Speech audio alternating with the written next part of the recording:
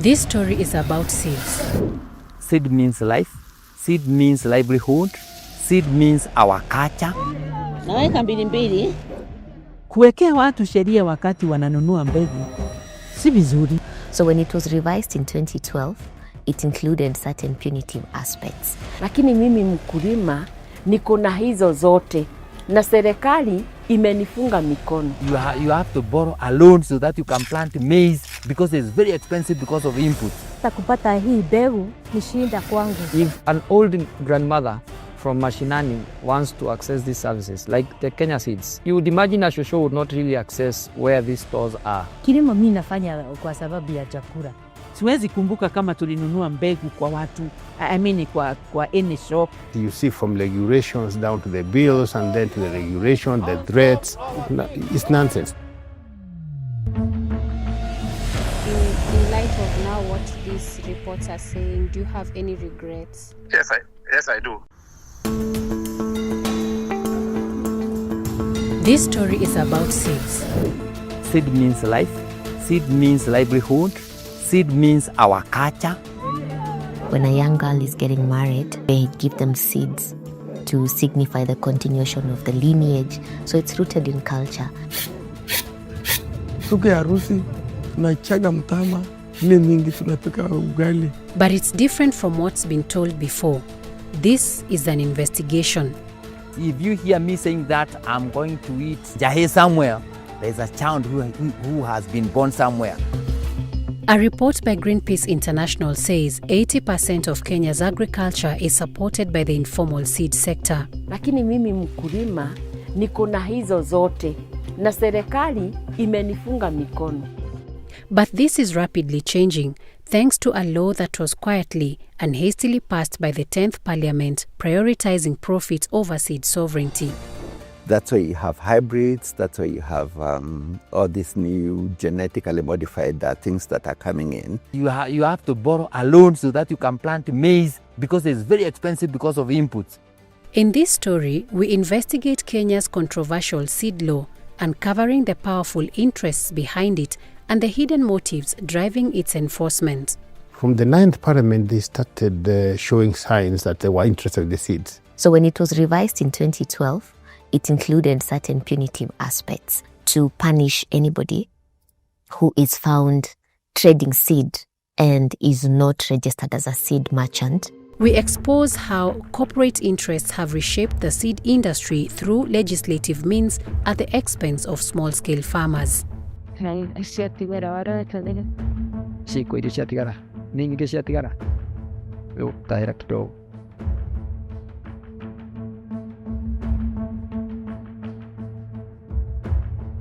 In light of now what these reports are saying, do you have any regrets? Yes, I do.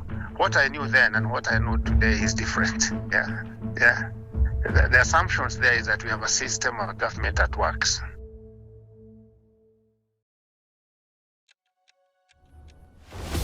My name is Cynthia Gishiri. For almost a year, I have traversed hundreds of kilometers from Machakos to the highlands of Mount Narok and the plains of Turkana. I've spoken to tens of farmers. I have been looking into the interconnectedness of corporate interests and political power in agriculture, and my focus is on seeds. A seed, so small yet so important. It's an apt metaphor for growth and continuity. It's no wonder that many religious texts use seeds as a powerful symbol of new beginnings and the tenacity and promise of life. But what happens when this natural resource is commodified and access is restricted because of commercial interests? This story begins at the High Court in Machakos.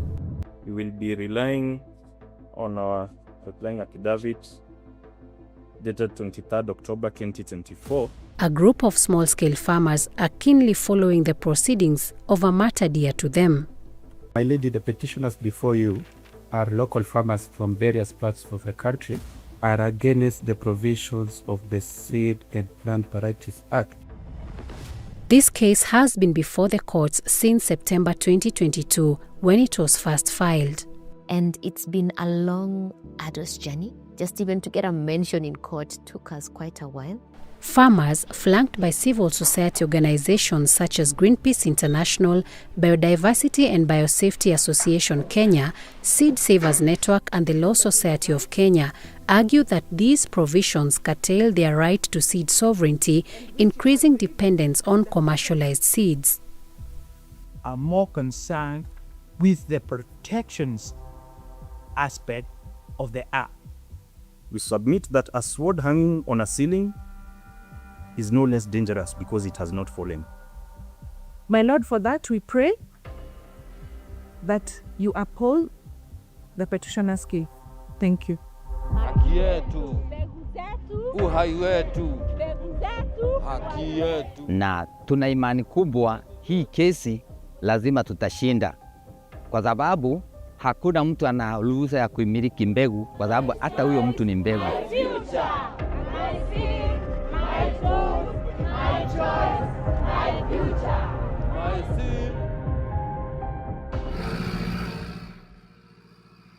Journalism ulikata.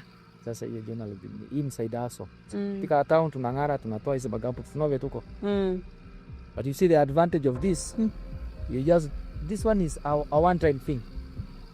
At Kabazi Ward in Nakuru County, Onesmus Njuguna is trying his hand at farming. It's early April 2025 and the planting season has already begun. Njuguna plans to plant maize and must race against time to ensure this least piece of land becomes productive. This year, the rain came earlier with around 2 weeks. Because we received the first rain, early March. So it got us off guard, but yes, not still late. Already around this season, we are already in April. It took time before I got this land, so the plowing could not be done because of the soil is already heavy. The best thing to do is just creating the trenches. We plant. Now after what we've done today, the next thing is the seeds. From here, I'm headed to Kenya Seeds. I will be doing 6213. It's one of the best breeds. The Kenya Seed Company depot, located in Nakuru town about 30 kilometers from Njuguna's 10-acre farm, is the Central Rift region's main supplier of seed maize with multiple varieties on offer. Njuguna has tried to purchase seeds from this state company for days now. I'm trying to get in touch with the guys in charge of seeds. I need to purchase mbegu za mahindi. So the guys in Teja, I needed to know whether I can get the amount I want for planting. Now that the land is ready, I really need these seeds. As early as yesterday. Each acre requires 1 bag of seed at a cost of 2,500 Kenya shillings, about $20 per bag. It's a busy day at the depot, with workers loading and offloading hundreds of bags of seeds. Njuguna has to queue alongside hundreds of farmers, and it takes him 2 days to get the seeds. Yes, there's a big difference between the prices between last year and this year. Reasons being, we had a shortage of seeds last year. And you see, when there's that shortage, that tells you the guys who are selling the seeds, even from the agrovetes, they would tend to increase the price. This year is slightly affordable.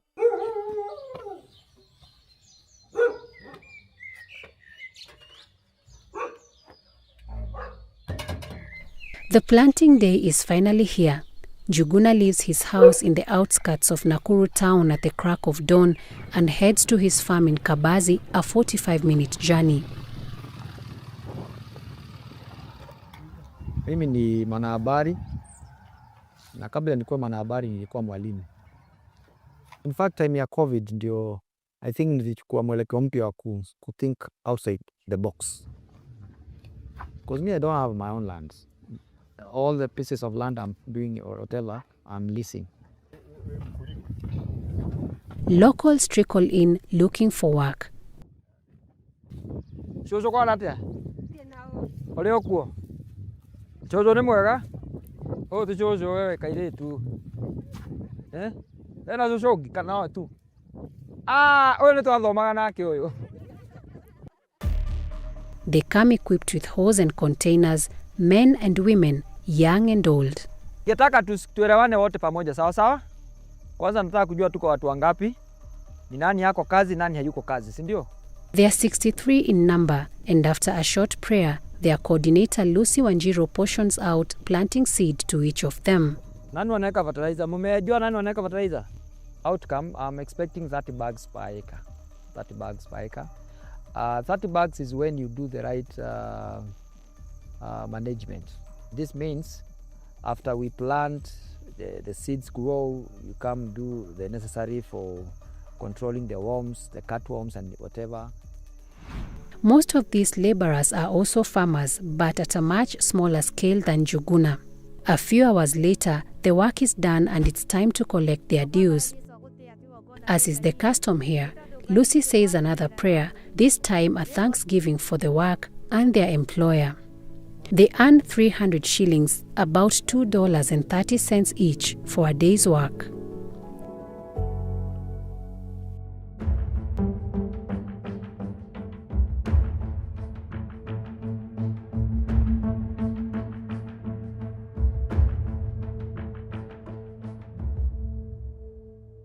Rudana sioke shito kushiwale.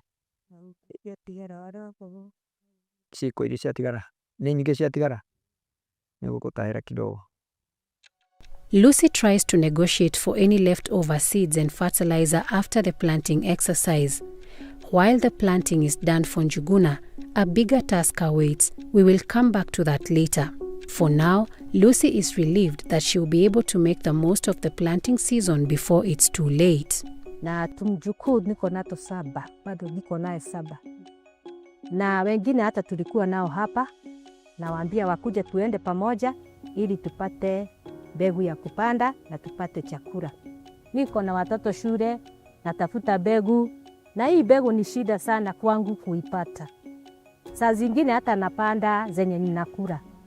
Small-scale farmers living in this region depend on casual labor as a way to raise money to buy seeds, a trend that has grown over the years. Maize is a staple food in Kenya and is widely grown in the country. Kenyans consume an estimated 98 kg of maize every year on average. This year, the National Crop Variety Release Committee, which is convened by the Kenya Plant Health Inspectorate Services KEFIS, approved a total of 421 seed maize varieties and 3 genetically modified varieties to the Kenyan market for planting. Both Njuguna and Lucy prefer the 6213, a certified hybrid variety owned and produced by the Kenya Seed Company since 2002 and listed on the 2025 National Crop Variety List. The 6213 is described as a high-yielding and drought-resistant variety, which takes about 6 to 8 months to mature. Sasa nimepata 300. Na hii 300 haiwezi tosha mbegu. Sasa nilikuwa nategemea nipate 1,000. Kwa sababu saa hii tunanunua 500 na 30 ama 50. Hiyo ni mbegu ya 6213. Kati ya kilo 2. Sasa hata nikitoa hiyo 300, yes jaza. Napanda 4.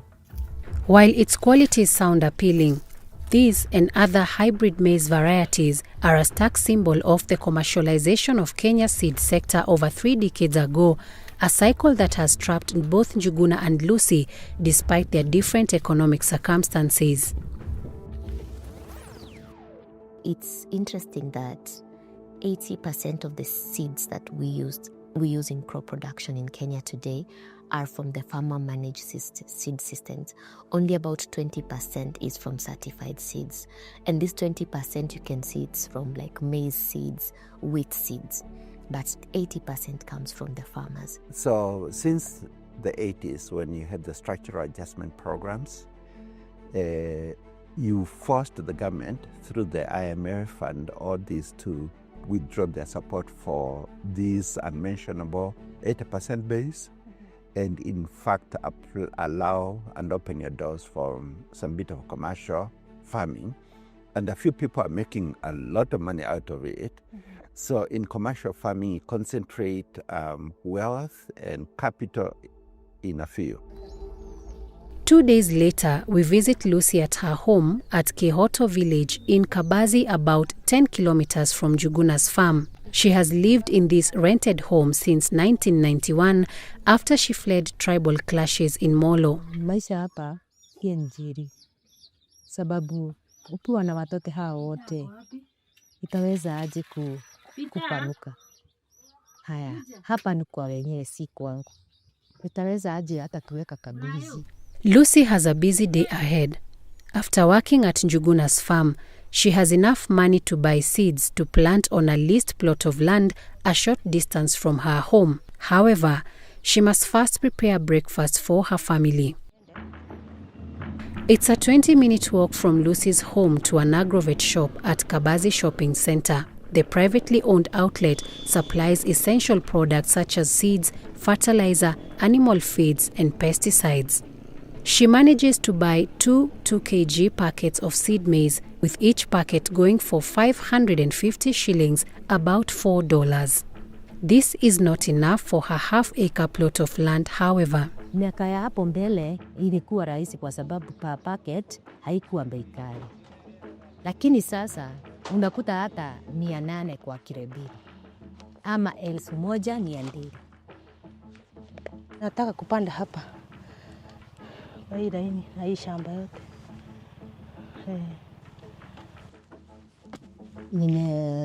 Nimekondesa miaka sasa, hii ni mwaka wa 4.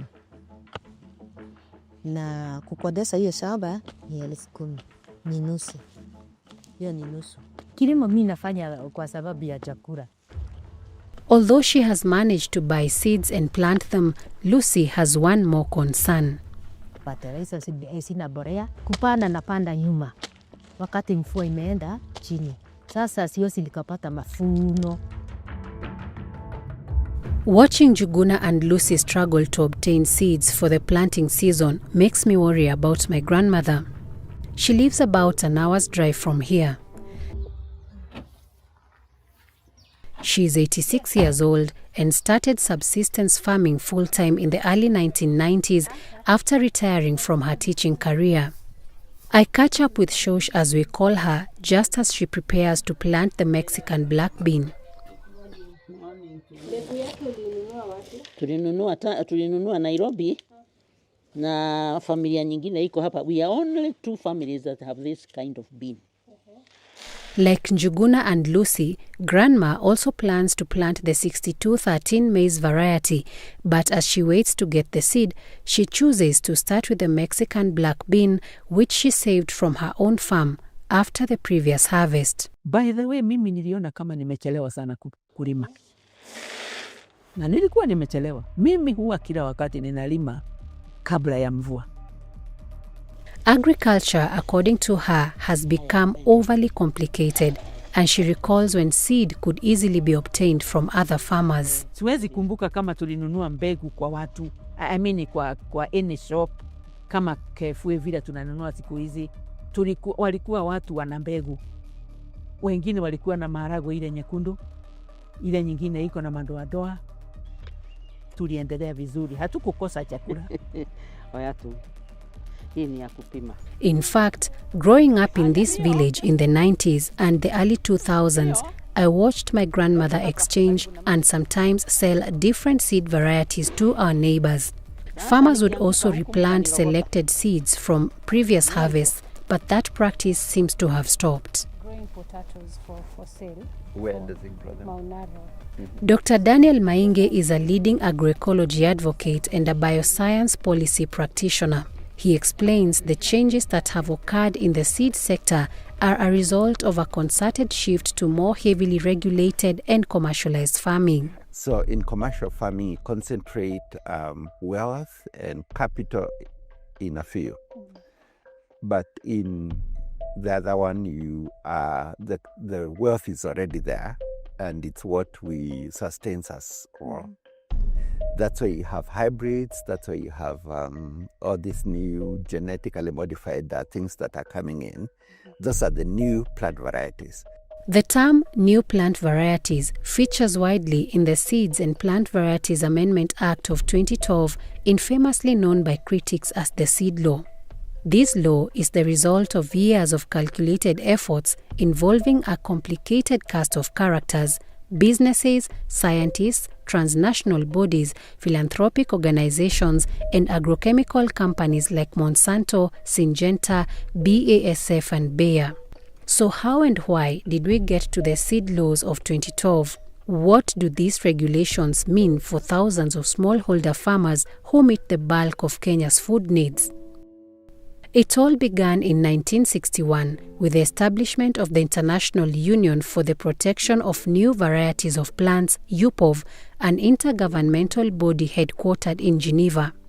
The UPOV Treaty provides a unique form of intellectual property protection for plants, and its stated goal is to encourage the development of new plant varieties for the benefit of society.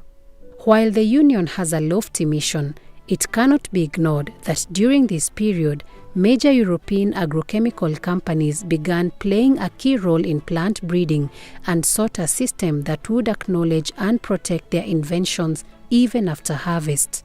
Discovering new varieties in crops is also a misnomer because those genes have existed from the very beginning. And so definitely that's where the mistake comes in. The UPOV Convention was amended thrice. Its 1978 Act, among other things, limited the period of protection of plant breeder rights to not less than 15 years and 18 years for trees and vines. The Third Amendment, made in 1991, was more stringent. It neither acknowledged nor protected farmer varieties. It also increased the period of breeder rights protection to 20 years for crops and 25 years for trees and vines. And so that is now where the acrimony is. That when farmers are planting the maize that they've grown for the last tens and tens of years, they find another type of maize and they are supposed to treat that maize differently from their own. So probably there's the use of chemical pesticides, there's the use of chemical fertilizers. So all this goes down to contamination of the soil, contamination of the water bodies, the underground water bodies. But the most important thing is that the farmer is a slave. They can no longer control what they grow. In addition, the UPOV 91 Act introduced DUS criteria referring to distinct, uniform and stable characteristics of a plant variety after repeated propagation. While these characteristics form the basis of what is now sold to farmers as certified seeds, they are a major point of contention for the critics of the seed law. Kuwekea watu sheria wakati wananunua mbegu si vizuri. If an old grandmother from Mashinani wants to access these services, like the Kenya seeds. You remember when we went for seeds, you would see the guys who are lining up, guys who are getting these seeds, you would imagine a shosho would not really access where these stores are. And again, if you'd access them from the agrovets, the prices are high. So if we have laws that protect the plant breeders' rights, then it makes it difficult for farmers to get these seeds without having to pay for them. It's never distinct. Otherwise, if it were distinct, a maize variety coming from company A or company B would not be looking like the other maize. So what makes it distinct when it's still the same maize, and you can clearly, even a child will tell it's maize.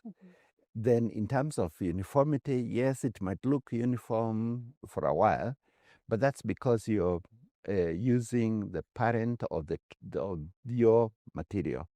You're keeping it as a business secret.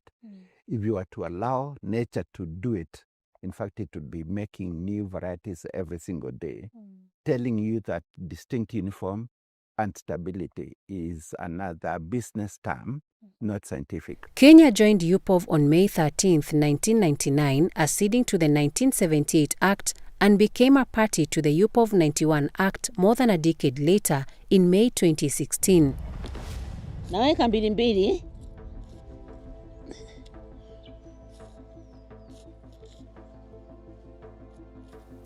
By the time of its last amendment in 1991, UPOV's membership had been stagnant at 20. However, this number shot up to 43 in 1999, with 11 new countries joining, all of them from the developing world. A report titled UPOV on the Warpath, published by GRAIN, an international NGO that supports small-scale farmers in their fight for biodiversity-based food systems, attributes this growth to the establishment of the World Trade Organization in 1995 and its trade-related aspects for intellectual property rights TRIPS, which tightened UPOV's grip on the global seed sector. As of 2024, UPOV's membership stands at 80. According to this graph published on UPOV's official website, by 2022, Africa and the Near and Middle East led in the number of applications for plant breeder rights, reflecting the continent's integration into the global seed market. This surge can be attributed to the enforcement of trade agreements and the conditions they contain. That's why you have hybrids, that's why you have all these new genetically modified things that are coming in. Those are the new plant varieties. And so because the World Bank has been pushing for that support and having this being protected through plant breeder protection, it makes it very hostile for smallholder farmers, the silent majority, to have any say. And I think they say he who pays the piper calls the tune. With these two international laws in place, Kenya moved swiftly and quietly to pass a law that would disenfranchise small-scale farmers. This petition challenges several provisions of the Seed and Plant Varieties Act, which has been called the SPVA, and the Seed and Plant Varieties Seed Regulations of 2016. This story looks into the murky seed sector and the policies that led us to where we are now. The whole nonsense, let me call it nonsense, you see from regulations down to the bills and then to the regulation, the threats and so forth, is all total, it's nonsense. In the second part, we take a look at the Seeds and Plant Varieties Amendment Act 2012. The forces behind it. It's commercial driven. It has nothing to do with African food security. It has nothing to do with what Kenyans need for now. The monsters it has created. Someone came and brought new varieties here, saying that it is certified. That has happened a lot, and it's going to get worse with climate change. And its impact on smallholder farming. Unaenda tu kutafuta. Unatafuta mbegu, unaenda tu kwa madukani unanunua. Talk of the potato seeds.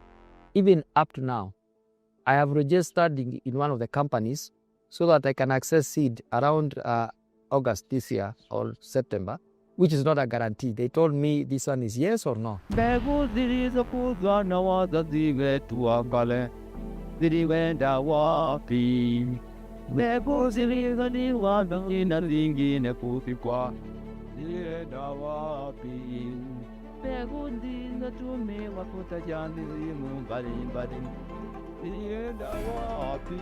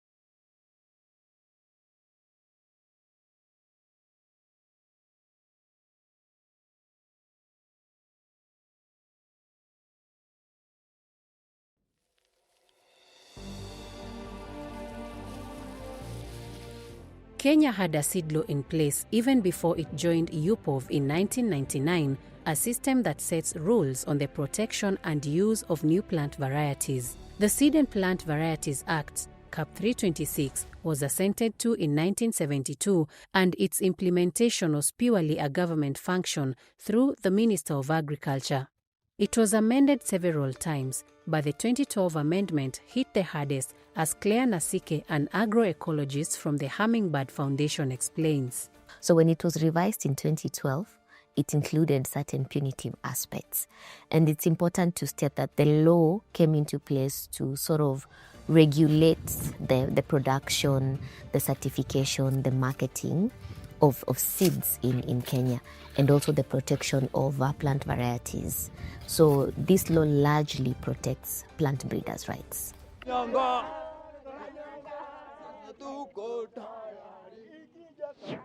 In addition, it ceded control of the seed industry to the Kenya Plant Health Inspectorate Services, allowing it to partner with the private sector on matters concerning seeds, such as testing.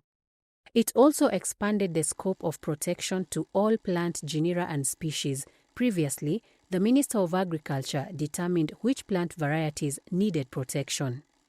The removal of Article 17, Part 4 of the Principal Law meant the minister could no longer consult with other stakeholders, including farmers, on matters related to seeds. It also criminalizes the sale of unindexed plant varieties, which in this case are farmer-managed or indigenous seed systems, an offense that attracts a fine not exceeding 1 million shillings or a jail term of not more than 2 years or both. I think the first thing that needs to be done is just to have a law that recognizes farmer-managed seed systems, because farmer-managed seed systems are diverse. They cannot undergo the uniformity that the certified seed systems go through. While the law seemed to uphold commercial interests, its timing and the support behind it raises even more questions. I had a niggling question as to why it was that seed laws were being passed and seed laws were being changed. Dr. Claire O'Grady-Walsh is an Irish author with a doctorate in politics and international relations. Her specialty is in globalization and seed sovereignty. Her extensive research, published in this book, titled Globalization and Seed Sovereignty in Sub-Saharan Africa, focuses on the seed laws in Kenya and Ethiopia. She writes that while Kenya and Ethiopia's seed laws were passed within months of each other, Ethiopia included measures to protect local farmers, while Kenya's law did not. Because the questions that I asked were, who wrote the law? What were the motivations of the people who wrote the law? Who was consulted? It's not just about the seeds themselves, it's actually about the politics, because politics determines who gets what, where, when, and how. In her book, Dr. Walsh gives a chronological account of the process that led to the Seeds and Plant Varieties Amendment Act of 2012. Two task forces were created separately by the government in 2005 and 2006. The first one was mandated to develop a new national seed policy document that would guide the review of sections of the seed law, Cap 326. However, not much is known about its membership or its achievements. In April 2006, the Alliance for a Green Revolution in Africa, AGRA, an NGO co-founded by the Bill and Melinda Gates and Rockefeller Foundations, opened its offices in Nairobi. According to Dr. Walsh, AGRA would play a big role in the seed sector through actively participating in policy change discussions and funding seed breeding initiatives through its program for Africa's seed systems. In the same year that AGRA set shop in Nairobi, Task Force 2 was formed with a specific role to revise sections of the Seed and Plant Varieties Amendment Act of 2002. It was made up of representatives from the Ministry of Agriculture, KEFIS, Plant Breeders Association of Kenya PBAK, and Seed Trade Association of Kenya STAC. Notably, it excluded representatives of farmers and civil society organizations. It was purely transactional business. And of course, as you know, farmers are always put in their place as farmers. We are not equal with the experts. So we were not having equal grounds to discuss anything. I picked it from ninth Parliament before I came to Parliament and came to 10th. So they were very, very aggressive. They were very systematic. They knew where they were going. Just like they did in stories about vaccines and so forth. It is very well calculated. The Seed Trade Association of Kenya STAC was a key player in both task forces. During this time, according to Dr. Walsh, Stark acted on behalf of seed conglomerates including Syngenta and Monsanto and local companies such as the Kenya Seed Company. She notes that Task Force 2 met in Mombasa from 25th to 28th September 2006, where it made key proposals that were later enshrined in the Seed and Plants Varieties Amendment Act of 2012. But it went quiet as the country prepared for the 2007 general election. The disputed election that year and the violence that ensued led to the formation of a grand coalition government in 2008. William Ruto, now Kenya's 5th president, was appointed Minister of Agriculture. He reset the legislation process for the seed law in January 2009 by fast-tracking the passing of 2 subsidiary laws, namely the Seeds and Plant Varieties Regulations and the National Performance Trials Regulations, further aligning the law with the UPOV 91 Act. Of these 2 subsidiary legislations, Dr. Walsh writes, and I quote, "The state deepened the integrative process of seed certification without the rigors of a fuller parliamentary debate, yet managed to build judicial legitimacy while heading off potential political controversy and greatly reducing the possibility of judicial review in advance." End of quote.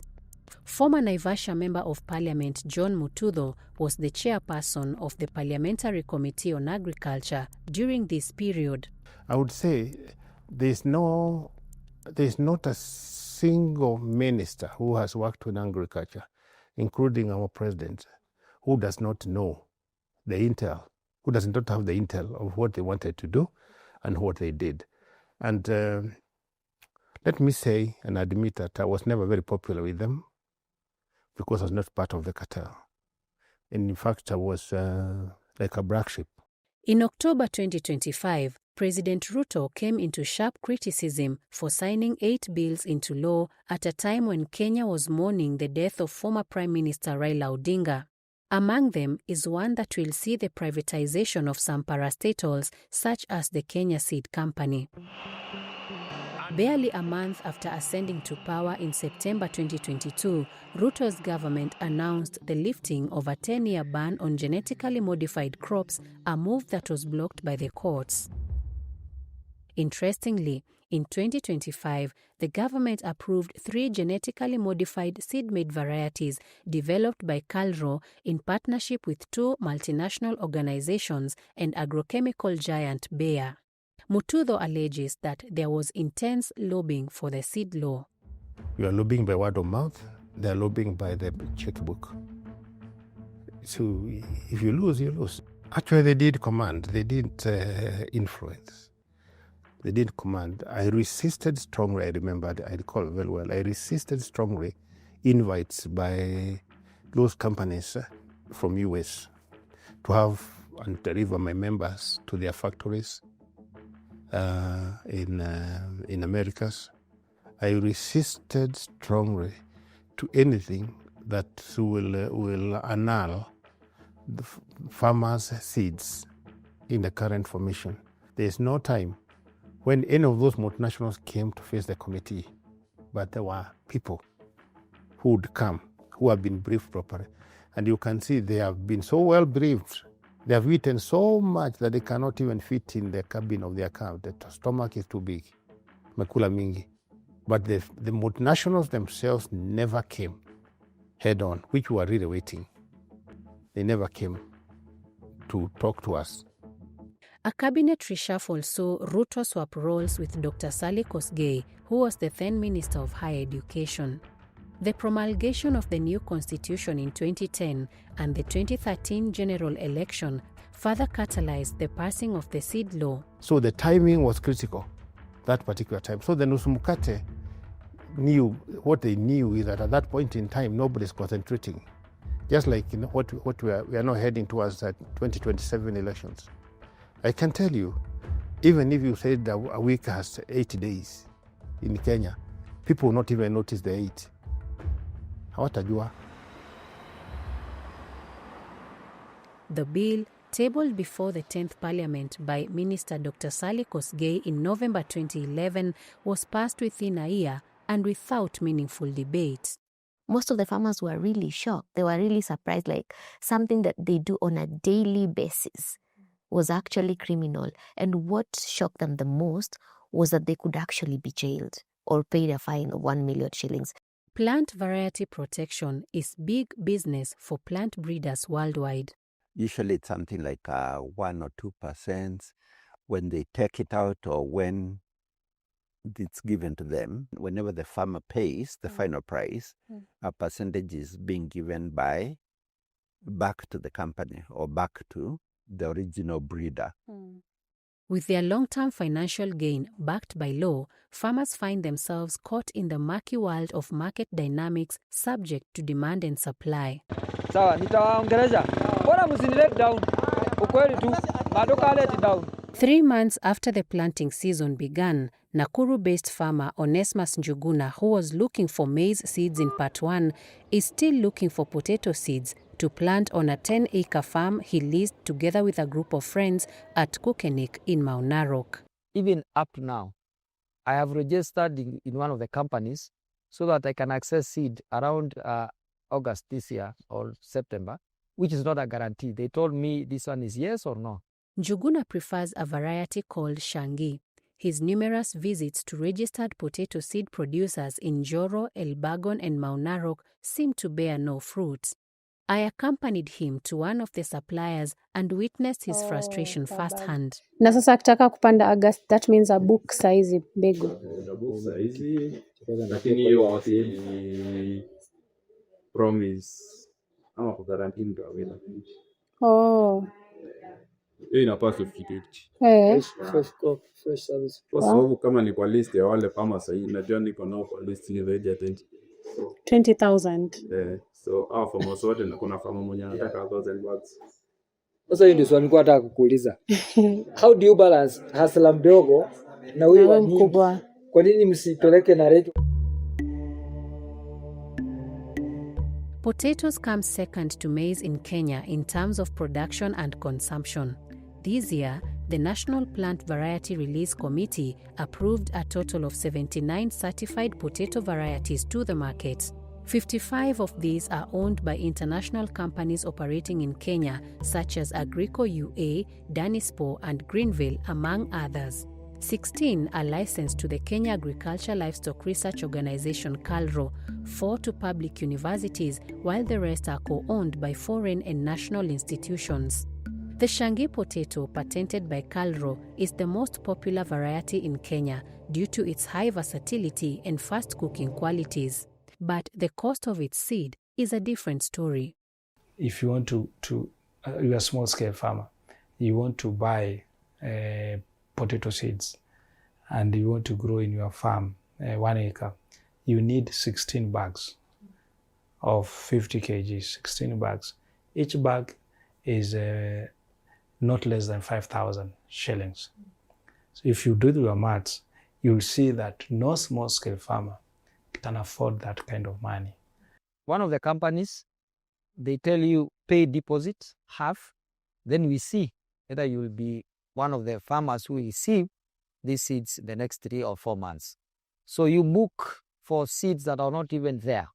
Although Article 23, Section 1 of the Seed Law requires license holders to stock the market with propagating material at reasonable prices, Njuguna says this is not always the case with the Shangi variety. If they have capacity, then that one can make sense to us. That such that any farmer can walk in, buy, it's available, go plant. But when it is not available, when I'm struggling to access it, in the process I realize like there's something close to, let me not mention it this way, but no, I'll mention it, like a cartel. There are people who can access it very fast because they have cash, they booked very fast, and such things. Those farmers who are walking like on foot like us will remain hanging. Hai, huyu amenichomea viazi. Huyu amenichomea viazi na dawa. Haya. Hizi ndio tulipanda na nyinyi. Meanwhile in Kabazi, Lucy is already weeding her potatoes, which she planted for a different reason. Ili nipate mbegu nyingi ya kupanda. Sasa ni kuzaliza tu, nakoza kuzikula, nakula kidogo na bakiza zingine, nakula kidogo na bakiza zingine, ili nipate kuzaliza mbegu. Sasa ndio hizi unaona nimepanda. Unlike Njuguna, Lucy says she bought a pail of the Shangi seed potato equivalent to 20 kilograms at 1,000 shillings, about $8, from a farmer in the nearby Nyandarua County. Na wewe unajua kuhusu sheria ya mbegu? Sijui sana sheria ya mbegu, lakini najua sio vizuri kununua kwa mwenzangu ili asiniuzie mbegu mbaya.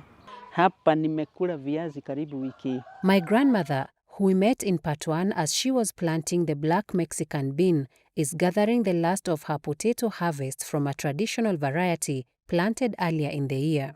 Hii ni viazi type gani? Hii inaitwa ndaramwana. Na kizungu? Kwa kizungu sijui. Wanasema inakuanga haraka. Unaweza toa kama hapo vile hiyo iko, nitoe tu kama mbili kama hii. Hiyo nyingine ni niwache. Iendelee kukua. Sasa nitoe ya mtoto. But it's not just about the cost of seeds. It's about the impact of the law on existence of farmer-managed seed systems. We're not saying that certified seeds should be abolished in Kenya. All we're saying is let the farmers have a right to use their seeds. So let me as a farmer make the choice. It is also about the emergence of a seed syndicate of sorts, hiding behind discovery and development of new plant varieties, threatening the existence of indigenous and openly pollinated seed varieties which have fed generations of Kenyans. It's like when you say the first man to see Mount Kenya, to discover Mount Kenya was it Dr. Rudolph Kraft back in 1849, yet the Kambas, the Kikuyus, the Kirinyagas were living around Mount Kenya. Critics argue that this is reflected every year on the National Crop Variety List. It contains hundreds of varieties of different types of crops, ranging from cash crops like tea and coffee, cereals like maize and sorghum, legumes like beans, different types of grass and potatoes, to vegetables like amaranth, commonly known as terere, and African nightshade or managu, known to grow in the wild, but are now registered to individuals and institutions. And if people are challenged in that sense to say, like, what did you do to this particular vegetable? Which one did you cross with which one so that you came up with a new one? How many years did you take? And how many years have farmers taken? Thousands of years to keep on taking care of these vegetables and even selecting and eating some. Some of these crops have retained patents for more than the 20 and 25-year protection period, while others lack descriptors as required by the law. These people that are filling the forms and leaving some blank is theft, really. And you propose a new thing, you want it to be registered because at the end of the line you want to make money. But in the meantime, the rigorous process of giving all the details that are required of why is this a new variety, why should they be paid for the next 25 years to have this variety, being given intellectual property rights. That rigorous exercise is taken haphazardly. Also included in the list are varieties alleged to have been taken from farmers only for the same farmers to be locked out and unable to access them. Yes, that's actually possible in terms of the germplasm. So sometimes researchers or research institutions obtain the initial germplasm either from the farmers or from the gene banks. And it's going to get worse with climate change. That yes, now we are opening up to a few new opportunity crops. And so scientists and even non-scientists, people with a commercial mind, will be going to communities and picking whatever it is. We meet Francis Ngiri at his farm in Makongo village, Elementaita ward, Nakuru County. This is not the first time he's interacting with Njuguna. Unakumbuka huyu? Naona tumeonana. Ni venye sasa sikumbuki tulionana wapi. Unlike Njuguna, Ngiri is an agroecologist and a champion for indigenous seed varieties. Together with his group of farmers, Ngiri will assess the performance of 3 potato varieties, namely Mokorino, Nderamwana, and Shangi. 9.8 A. Citizen science. And they are using a tool called Creep Mod. This process, we are looking for crops. Last year, for the last 3 years, from up to last year, we were doing a characterization of some crops, and we found how they are behaving. Citizen Science is an initiative by Seed Savers Network, a community-based organization headquartered in Elementaita Ward, Nakuru County. The organization's mission is to conserve agricultural biodiversity through strengthening community seed systems. So we sit down with the farmers and say, for instance, there is a characteristic that says the leaf, you mark if the leaf is oval. Do you understand what oval is? If is a character they can understand, we say yes, then we can retain character. There is the color, maybe is a shade of blue. Do you understand what shade is? They say no. So then we are not going to retain that character. According to the network's founder, Daniel Wanjama, this is the only way to retain indigenous seed varieties. Now we have over 97,000 farmers as part of our members across the country, and a network of 112 community seed banks running all the way from Turkana, which is very north, to Lamu, Makueni, Embu, a lot of seed banks in the Western Kenya region. The experiments are done without the use of synthetic inputs like fertilizer and pesticides. During this exercise, we learned that farmers in this village have had the Shangi variety with them long before it was released by Calro in 2015. We are normally not keen on those new seeds which are coming, but the seeds which has been there are the ones which we are conserving. So we don't know the difference. We have not tested those new varieties of Shangi if there is another one, but the ones we have it here is what we call Shangi because it is the one we met it growing here, and it is the one we are preserving. The government and the donor come in and say, oh, let's increase potato production. Farmers are liking Shangi, so they say, let's clean it, let's support it, let's use tissue culture and increase the certified seed for Shangi. So although it is a farmer's variety, and I think it's wrong for Kari or whoever is supporting this to register it as their own, they should recognize it as farmer's material, but multiply, clean it through tissue culture and give it back to the farmers because the idea is to support food security at the end of the day. So that is what may have happened. I followed the process until now. I'm like, are they GMOs now? If what they are doing here is a real thing on ground. Because when you go to those companies that are producing the seeds, they really don't take you through the whole process. But they'll tell you this thing begins from a micro. We put the question of whether or not the Shangi potato is a farmer variety to Calro in an email and letter sent to the organization. However, we did not receive any response. Public universities have also participated in the scramble for seeds. In April 2024, Egerton University announced the commercialization of 18 out of 25 superior crop varieties in the Kenya-China Agricultural Lab project that began in 2019.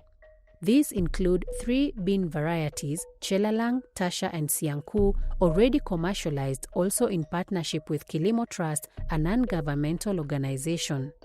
However, none of their special attributes are included in the National Crop Variety List of 2025 and that of 2024 as required. Kilimo Trust agreed with us that...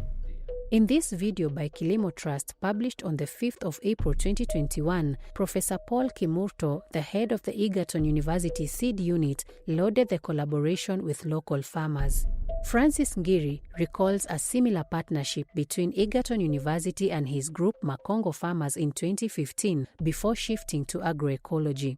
In the contract, they had said that they'll give us telelang varieties of beans, and then finger millets and chickpeas. But when they come to distribute, they told us that Siankui beans is the best suited in our area. It is more resilient in dry areas. So they gave us Siankui variety, and we planted. This document shows the group harvested slightly over 2,000 kilograms of the Sianku variety, attracting a payment of 236,768 shillings, approximately $2,000. So it was the highest at that time. Even now, 115 beans is very high. But then, according to Francis, a particular detail caught their attention. To us farmers, we cannot say that it is a new variety because it looked like the one we knew before called Kifamu. It also grew like Kifamu. It also tasted like Kifamu. So it must be Kifamu, which was named again as Siankui. Okay, it has land and white strips. And that's how that Siankui bean looked like.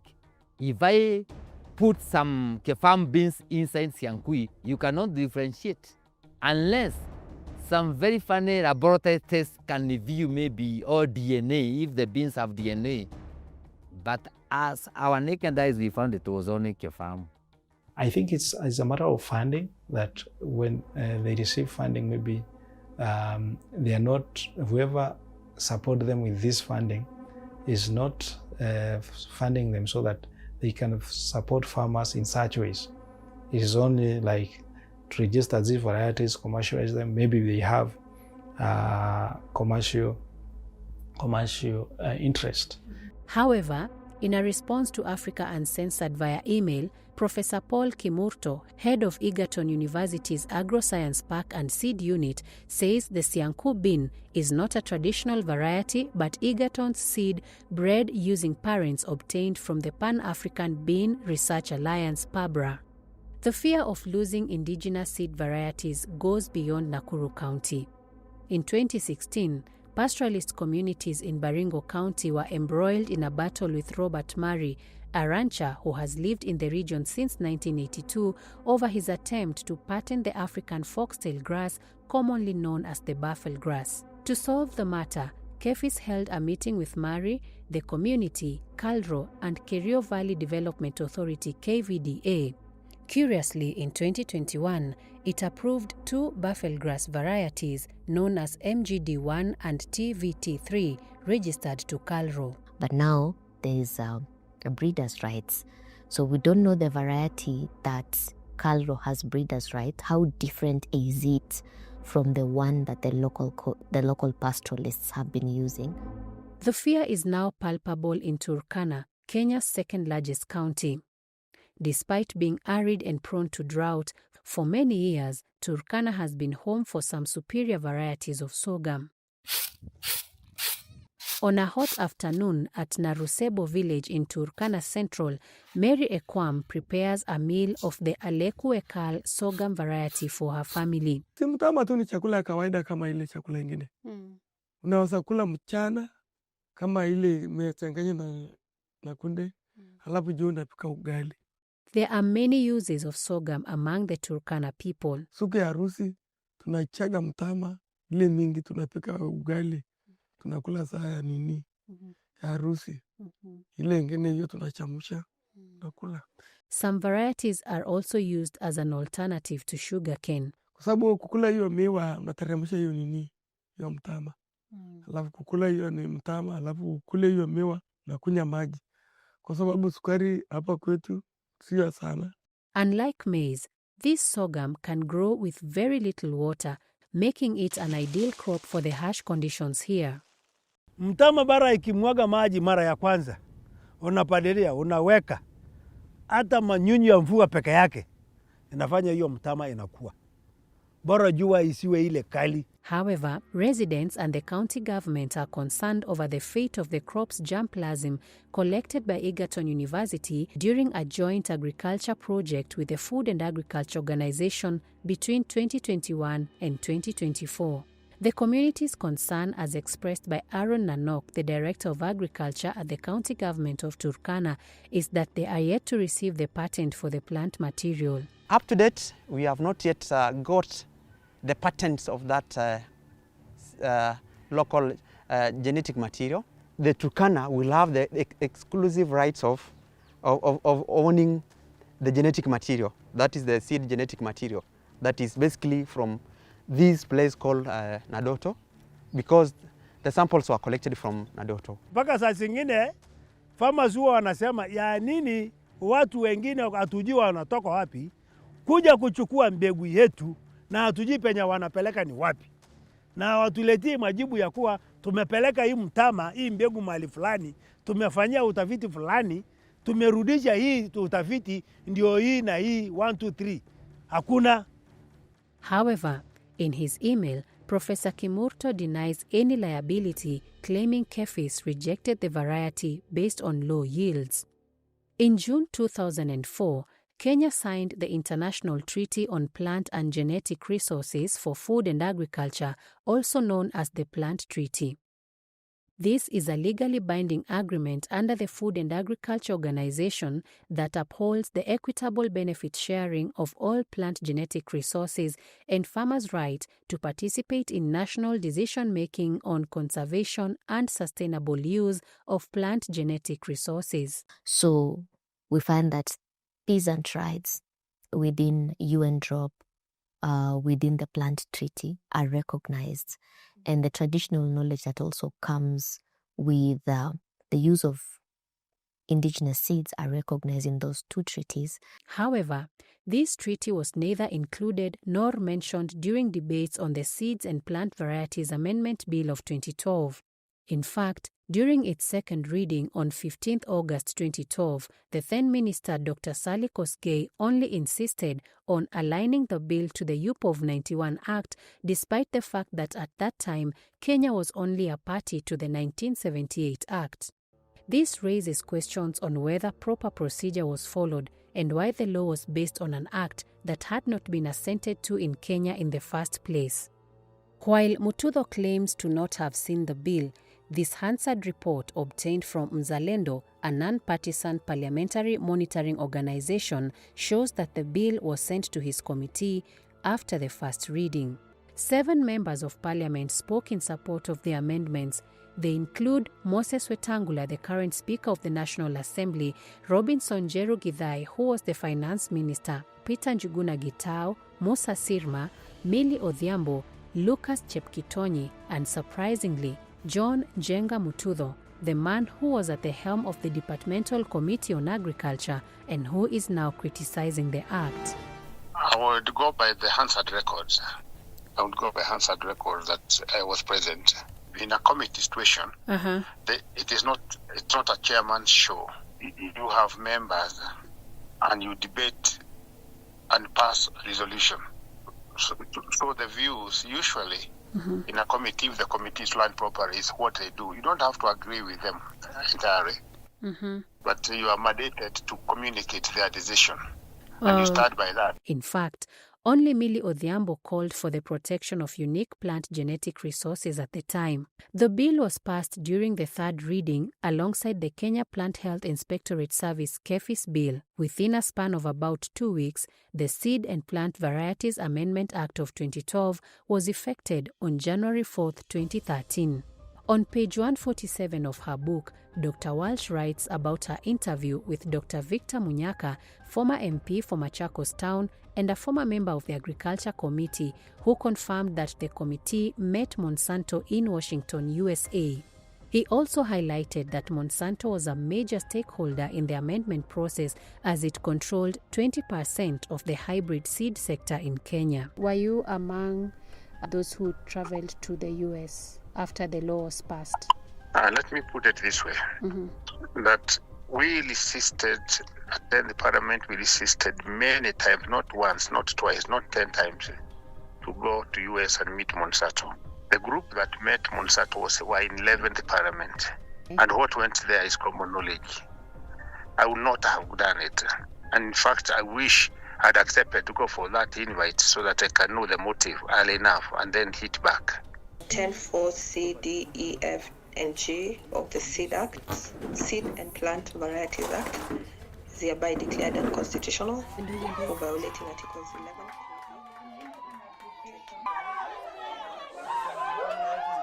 Been vindicated by the court.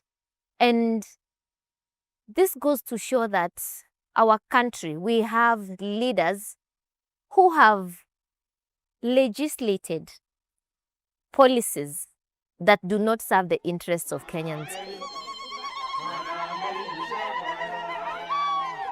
But the real rhythm of this dance will be felt here on this half-acre plot in Kabazi, where Lucy Wanjiru, a casual laborer, struggles every year against all odds to grow food in a highly commercialized world. Na hii mahindi haikuweka vizuri vile nilipanda mbegu ya 6213. Na hii mbegu ya 6213 hii naipenda kwa sababu saa zingine inafanya vizuri, lakini sasa hii haikufanya vizuri. Yaani mvua imekuwa mingi zaidi. Or Njuguna, another small-scale farmer still learning to wallow in the murky dynamics of seed demand and supply. This is a shangi that the few bags I got from fresh crop, trying our best to see whether tutapata kitu from within this piece of land. In a few months' time, these two farmers will find themselves at the beginning of another planting cycle. After a 3-year fight, at last, farmers' voices shook the courtroom walls, and they can now share or sell their own seeds. Yet, even as the fields breathe again, a new storm gathers. The government is preparing to appeal the ruling as Senate debates new amendments to the Act. So, the ultimate question lingers: who truly wins the battle for seed and food sovereignty in Kenya? Do you have any regrets concerning maybe your tenure as a... Yes, I do. What I knew then and what I know today is different. Yeah. The assumptions there is that we have a system or government that works. Mm-hmm. The reality today is that nothing works. So it would have, the why we make laws, just like we did the Mutudo law, is to make it smooth for those ones who would object to be protected by the judiciary. But you cannot give a an open check to government officials. No, you cannot. All agencies. Mm-hmm. Is that only a fool doesn't change his mind. I'm not a fool. And you can take that one to the bank.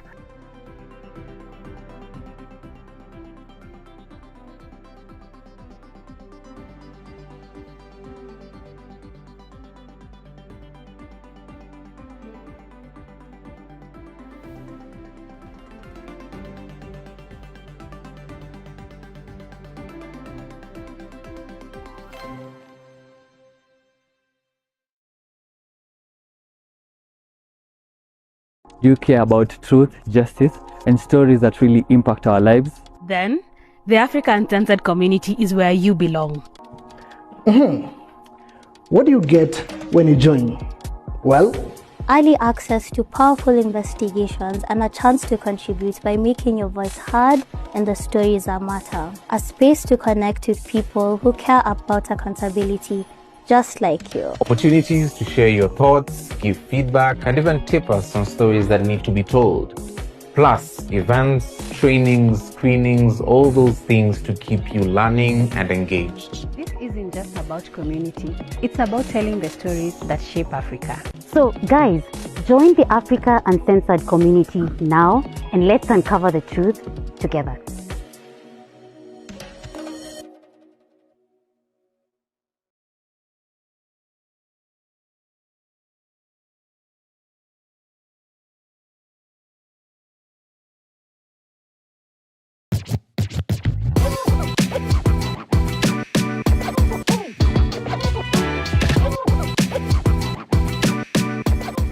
Hello and welcome to this episode of The Big Picture. This is where depth meets humor. I'm your lead co-host of the day. My name is Tom Ukwana, and as always, I do it with Justine Wanda. Hi, everyone. Justine Wanda. Wamepan Pia. It's like they've been doing this for 4 weeks now, so they get the drill. But welcome once more. This should be one of the last episodes of the year. So again, I'll wish you a Merry Christmas and a Happy New Year. This episode is solely dedicated to one topic, the topic of seed sovereignty in Kenya. Justine and I are obviously not experts in this subject. We wouldn't do any justice to it. And because of that, we're joined by two guests who stand on different sides of supporting seed sovereignty in the country. This episode specifically comes weeks after, maybe 2 weeks, around 2 weeks after the High Court struck down a very, some would describe it as colonialist in nature, or should you say corporation-led, but a law that disadvantages smallholder farmers in Kenya greatly. The two guests that I mentioned are, first of all, a senior investigative reporter here at Africa Uncensored, a award-winning investigative journalist for that matter, Cynthia Gishiri. Cynthia just recently did a story titled Seed Syndicate, right? She'll tell us more about that story, but it explores the subject of seed sovereignty, looks into the history, and exposes the parties who have brought us to this juncture. And the second guest is Elizabeth Atieno. Elizabeth Atieno is a food campaigner with Greenpeace International, but that's not all she does. She's a passionate food sovereignty advocate on a mission to help create a food-secure Africa where communities not only grow food sustainably, but also have fair and equitable access to nutritious meals. It's a strong statement. I know. We're glad to have you here, Elizabeth. You'll tell us more about every word of this sentence that I've just read. But we'll start, first of all, with the basics, Elizabeth and Cynthia.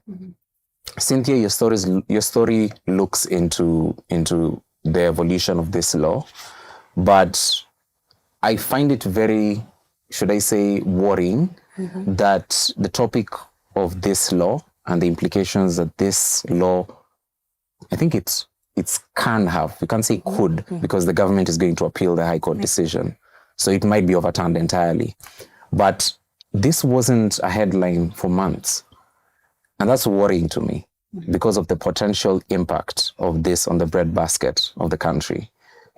Why? Why do you think that is, and why should people care about the Seed and Plant Varieties Act? Yeah, I think maybe I can start by, to understand this conversation, we need to understand what the Kenya seed system is and how it actually works.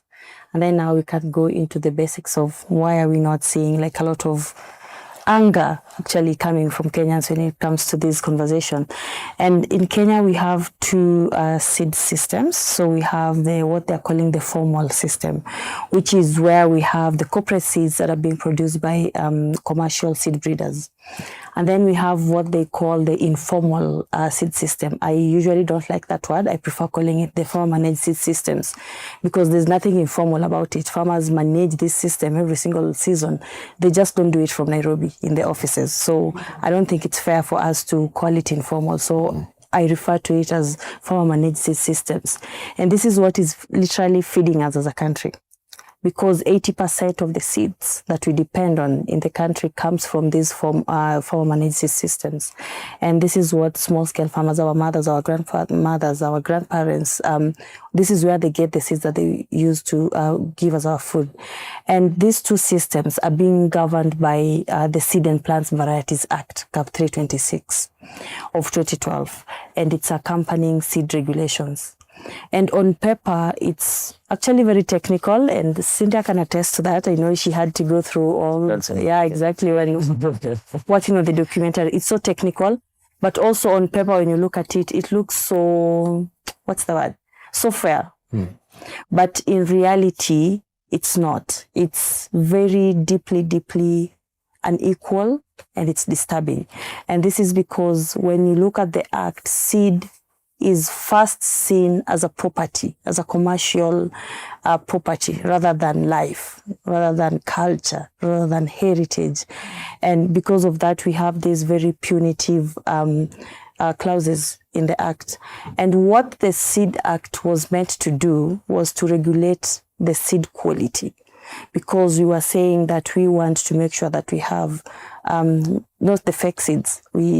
Africa Uncensored once did a documentary around fake seeds, fertilizers. Cynthia did that. Exactly. Yeah. Yeah. So they were saying that the reason why we need to have these acts in place is because we are looking at the issue of seed quality.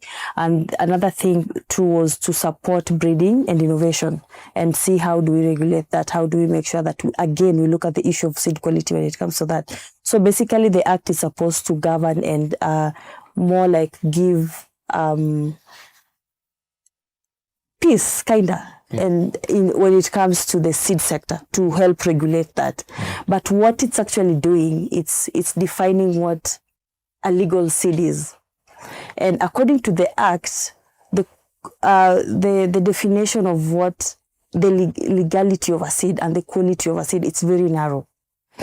Because it just look at seeds as what it's supposed to go through the commercial testing processes, and that's it. It doesn't look at seed from our knowledge, the knowledge that was passed through our grandparents, the knowledge that farmers have kept on alive all this time. I think we all know there are seasons when you'll hear someone say, I want, right now it's season, mangoes from Kambani. There's this specific fruit that comes from this region.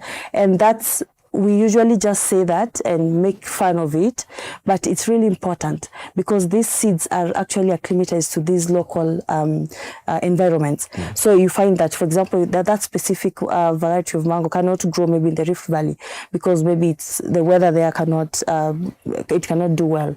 What is growing in Rift Valley cannot do well in Machakos and all that. So there is a lot of knowledge that goes into this, and there is a lot of work that our farmers have already put in. So when we talk about the seed sector, I think the big question is, who was this system designed for and who is profiting from it?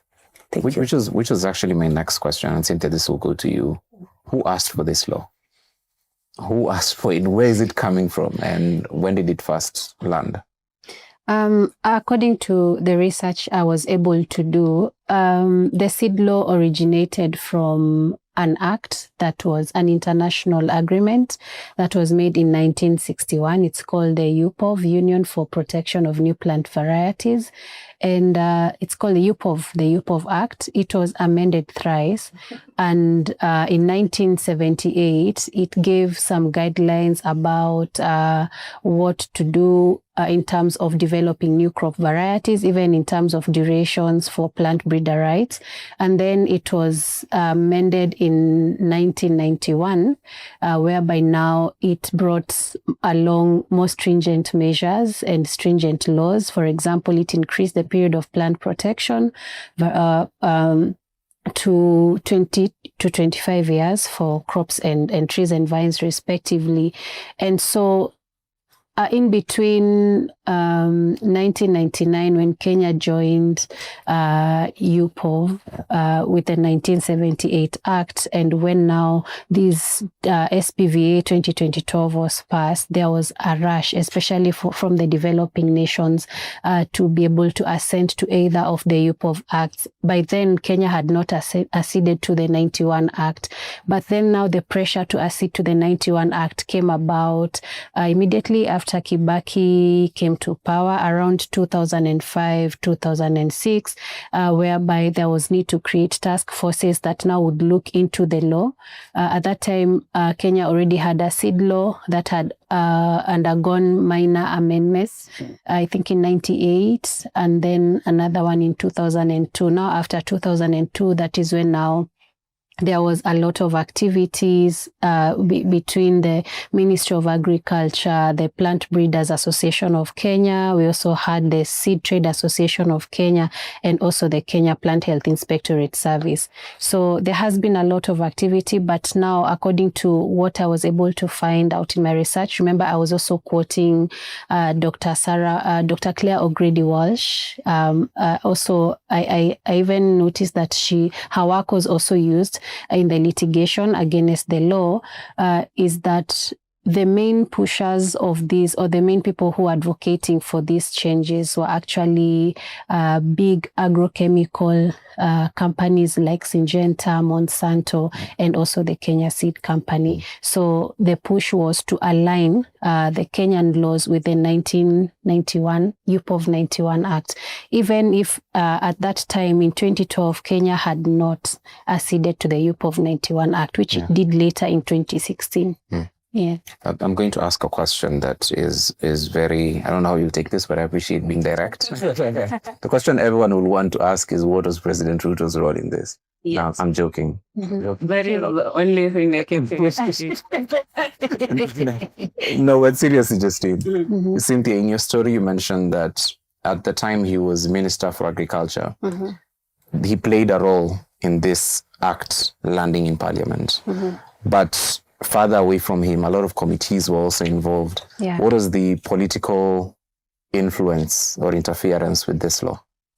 I got an opportunity to interview the former MP for Naivasha, John Mutudho. At that time, especially in the 10th Parliament, that was from 2007, he sat in the Committee of Agriculture as the chair.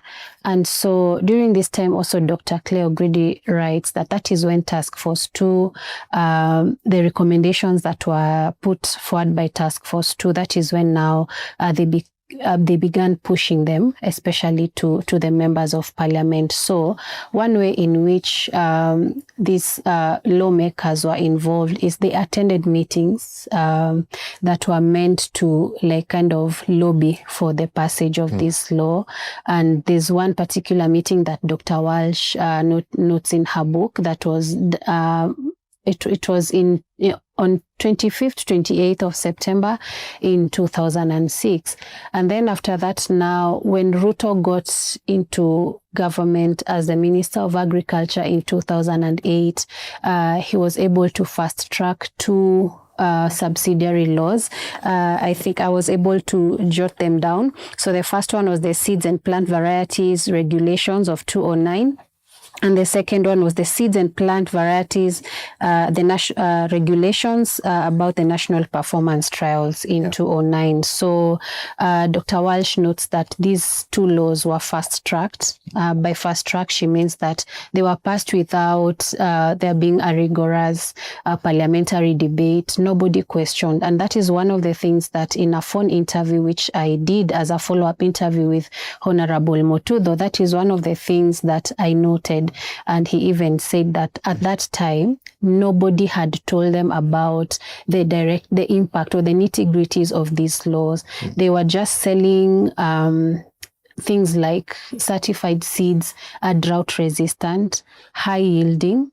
Yeah, those and early maturing. So those are even when you look at how the varieties are listed on the national crop variety list, those are the qualities that are given. So Mutudho says that, and that is on record. We have a record of that interview. Is that at that time they were not informed. Nobody came to inform them about the nitty-gritties of the law.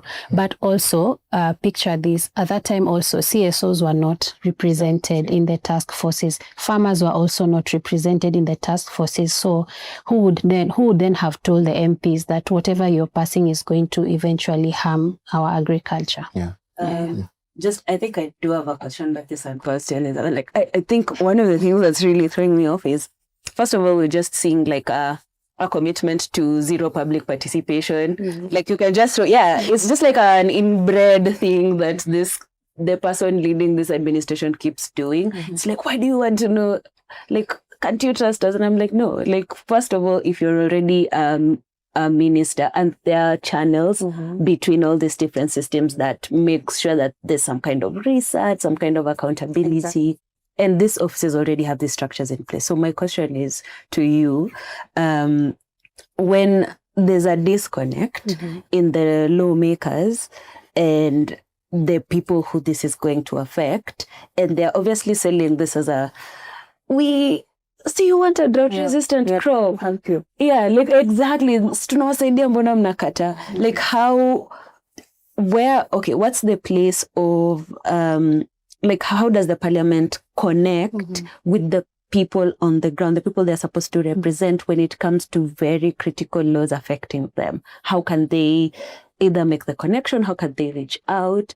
And I know hiyo kupiga simu ilikuja juzi, but what's literally a thing that a farmer can do to reach out, especially to all these different institutional supports that they're supposed to have before a law is passed, or even after that you guys as Greenpeace don't have to come and say, hey, no, this is bad. Like, how do you make the connection before the thing happens? I think we need to start by identifying the fact that behind the government, there are really powerful lobbyists who come with a lot of money. Cynthia mentioned something around the year 2000s. This is when like the conversations around we need more fertilizers, we need more pesticides, we need breeded seeds started like really to catch up in Kenya. And the question is why at this time? It's because we had AGRA, which was pushing for a green revolution for Africa. They were coming to feed and make sure that we are nutrient secure and all that. And AGRA came to Africa with lots of funding from Bill and Melinda Gates Foundation and Rockefeller Foundation. So they came armed with money, and governments were willing to welcome them very quickly so that they can help progress things because money was exchanging hands. And that's usually the problem. It's the propaganda of how we need to commercialize our food system is just not happening within the policy space. It's also happening out here. You go to the different media stations and you find that most of these multinational companies, they pay a lot of money to make sure that they get the adverts during the prime time. That's when they're telling you about this pesticide and this seed and all that. So there's a lot of resources that is being put behind like this lobbying, and to not only brainwash, I can call it brainwashing, not only brainwash our policymakers, but also our farmers. Because when they rush for the industrialization of the food sector in general in Africa came, even our farmers started believing that I have to use the breeded seeds, I have to go for the synthetic fertilizers and these pesticides so that I can be able to get more and get more. So you find that, and it's because they were really even going to the ground. They have people on the ground who are taking farmers through trainings, who are giving loans and credits and all that. And our government is not doing that. So you find that they looked at what are some of the gaps that were there, and they came and filled those gaps. In the agricultural ministry, they were like, we have money for you guys to sit and make policies. On the ground, we have extension officers who can help farmers do ABCD. So you find that they go down there and they're armed. They even have offices at those small towns where you find that a farmer will tell you the last time they saw an extension officer from the government, they can't even remember. I was just having a conversation with my mom when we won, and my mom was like, because I made a point about need to have extension officers on the ground to help train farmers and all that.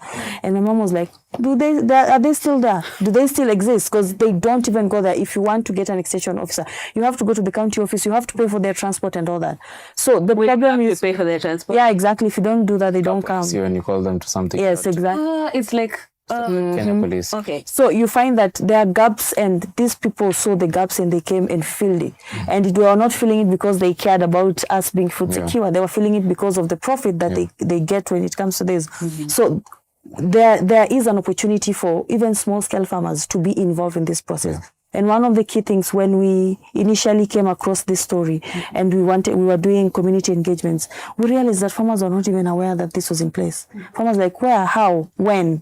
So nowadays, at least there's that, there's public participation at the county level, and we keep on encouraging our farmers to make sure that they're there. When you go to the county level, one of the sectors that gets the biggest chunks of the budgets, it's the agricultural sector.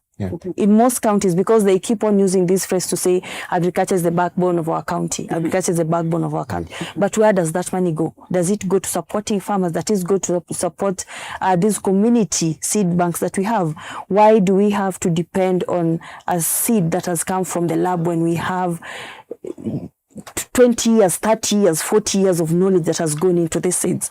And there's also this conversation and this assumption that indigenous seeds are inferior.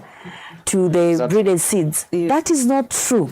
They actually use indigenous seeds as the primary resource for their own seeds. So they go and look at the different characteristics. No, they don't. That's the thing. And that's why we had a problem with the act, because it does a very good job to protect the intellectual property rights of breeders. But when it comes to the rights of farmers and everything, it's quiet on that. There's nothing there. So the law looks at seed as something that can be owned, can be protected, can be restricted. So that's why they do a very good job to make sure that we have these intellectual property rights. It's like when you say you have copyright for music or a trademark for a name or a logo. You cannot do that with a seed. When you go to most of the communities we have in Kenya, the seeds are community property. They are not an individual property.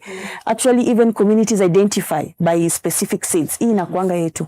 Ukienda hivi Njahe and all that. Like, you just mentioned some seeds and people already relate it to a specific tribe or community. So why, instead of doing a very good job to make sure that we are protecting the breeders, why are we not protecting our farmers?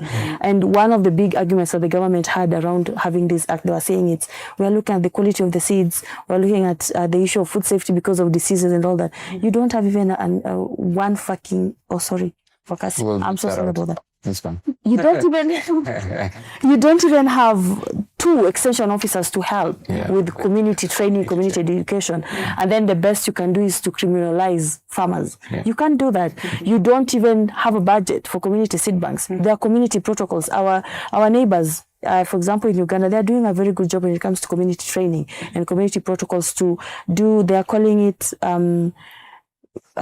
Francis used that word in your community citizen science. Exactly. Those are the opportunities. Those are the places where we're supposed to take our money. We have gold and we are giving away our gold to get something that is not working. And I don't know if, Cynthia, you can also attest to this. When you talk to most of these farmers, they tell you that it's a really bad cycle of debt. You have to buy these seeds, you have to buy the pesticides, because they tell you, even when you go to the agrovet, they tell you, hii seed ukichukwanga inaendanga na hii pesticide or na hii fertilizer. So they have to get all this, and then why are we not seeing food insecurity go down in the country? Why? Why are the food prices going up and up and up if we are really like supporting our farmers to produce more? So I think right now, the best weapon that we have, especially at the local level, are those public participation spaces. And then right now, you can call your MP and tell them right now they're going to appeal and we're not going to give up. We're still going to go with them head to head. But you're also planning to send a memorandum to Parliament to tell them, because it's actually the work of the Parliament to enact laws that favor small-scale farmers and for the good of the country. So we are going to send a memorandum to Parliament, and we'll need the support of every single Kenyan to make sure that their MP supports that and make sure that we have a new seed law in place. And please don't think that this is far away from you because you're not a small scale farmer. This is not about me. It's shida ule mkulima kwa nyumbani. No, that's why you go to the mama mboga and you buy avocado at 40 bob na unarudi kwa nyumba complain. Or you get one tomato at 30 bob or 20 bob. It's because the farmers are really struggling to produce food. They produce 80% of the food that we eat as a country. So if we don't support them in how they're producing food, what does that mean? It means that we'll continue to see food insecurity go up, malnutrition go up, lifestyle diseases go up. Unaenda kwa shop unanunua nyanya 30 bob. And then you come and sit down and complain. No, it's because you're allowing the government to have these punitive policies that are taking money out of the country instead of putting money on the farmers' hands. Cynthia, speaking of smallholder farmers, in your story there's a character that you follow to the Kenya Seed Company to purchase seeds. And there's something he says to the guy at the counter. He tells him, can I get the seeds? And the guy tells him, there's a queue. The earliest you can get it is August. There's a queue to get seeds to plant. So that means that farmer cannot plant those seeds at that time, even though they need it, which is mind-blowing to me. Then he goes on to ask, to tell the counter guy goes on to tell him that actually there kuna msea kona bags kama 1,000 anangojea. Then the guy responds and asks him, so what's the place of smallholder farmers when there are people who can buy at a scale such as that? I'm thinking about the effect this could have on small-scale farmers, which are a majority of Kenyans. All of us here know someone who plants. So most of us here have shags. There's a place you go to in December. And just you should be happy because a lot of drama comes with that. But most of us have a place you go to in December, and it's usually in the countryside where people plant. Your grandmother plants the food she eats. what could that do to a regular farmer, Cynthia? And if this law stayed, because it was enacted and stayed for a while, it was implemented for a while, what would that change about the way your grandmother farms? Okay. That problem I noticed was very major with potato seeds. One thing I noticed in my investigation about potato seeds is that the suppliers are they are located at very distant and very rural regions, like regions that are known to produce potatoes. So, for example, for my grandmother, for her to access the potato seed, she had to either go to Elbagon or to Njoro or to Mount Narok, which are very you will need to hire a vehicle to be able to ferry the bags of potato. And then there was also another farmer called Lucy Wanjiro. She's a casual laborer. There was also that dynamic that we no longer now have just small scale farmers. I think we also have smaller scale farmers who are casual laborers who rely on small scale farmers to be able to farm and afford to buy seeds and fertilizer. And this smaller scale farmer called Lucy, she was able to struggle to get 2 kg packets of seed for her 1/4 acre plot, but she was not able to raise the money for fertilizer and CAN which she needed. And when we went to witness her harvest, it wasn't that good. And then now, because she could not afford the 5,000 shillings for a bag of potato seeds, she had to buy from another farmer. And one thing about certified seeds, and every farmer will attest, is that you cannot replant.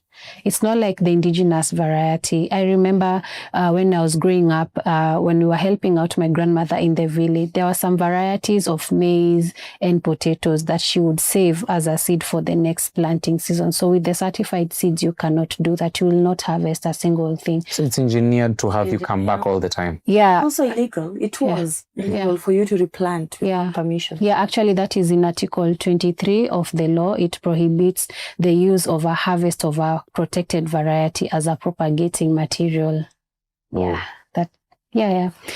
So that now what that does to a farmer, it subjects the farmer to a continuous cycle of debt.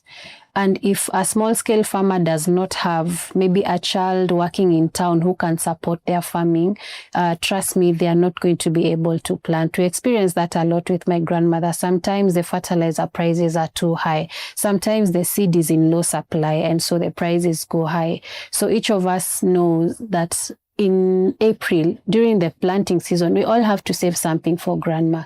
Or else when you go home in December, we'll not come back to Nairobi with anything. So that is what it suggests the farmer to. And if you do not have children who can support you or an income, then most of the times you find now farmers going back to the shops to buy food, which is unfair. Which is unfair. Yeah. If farmers themselves have to buy food, what does this even mean for our agricultural future?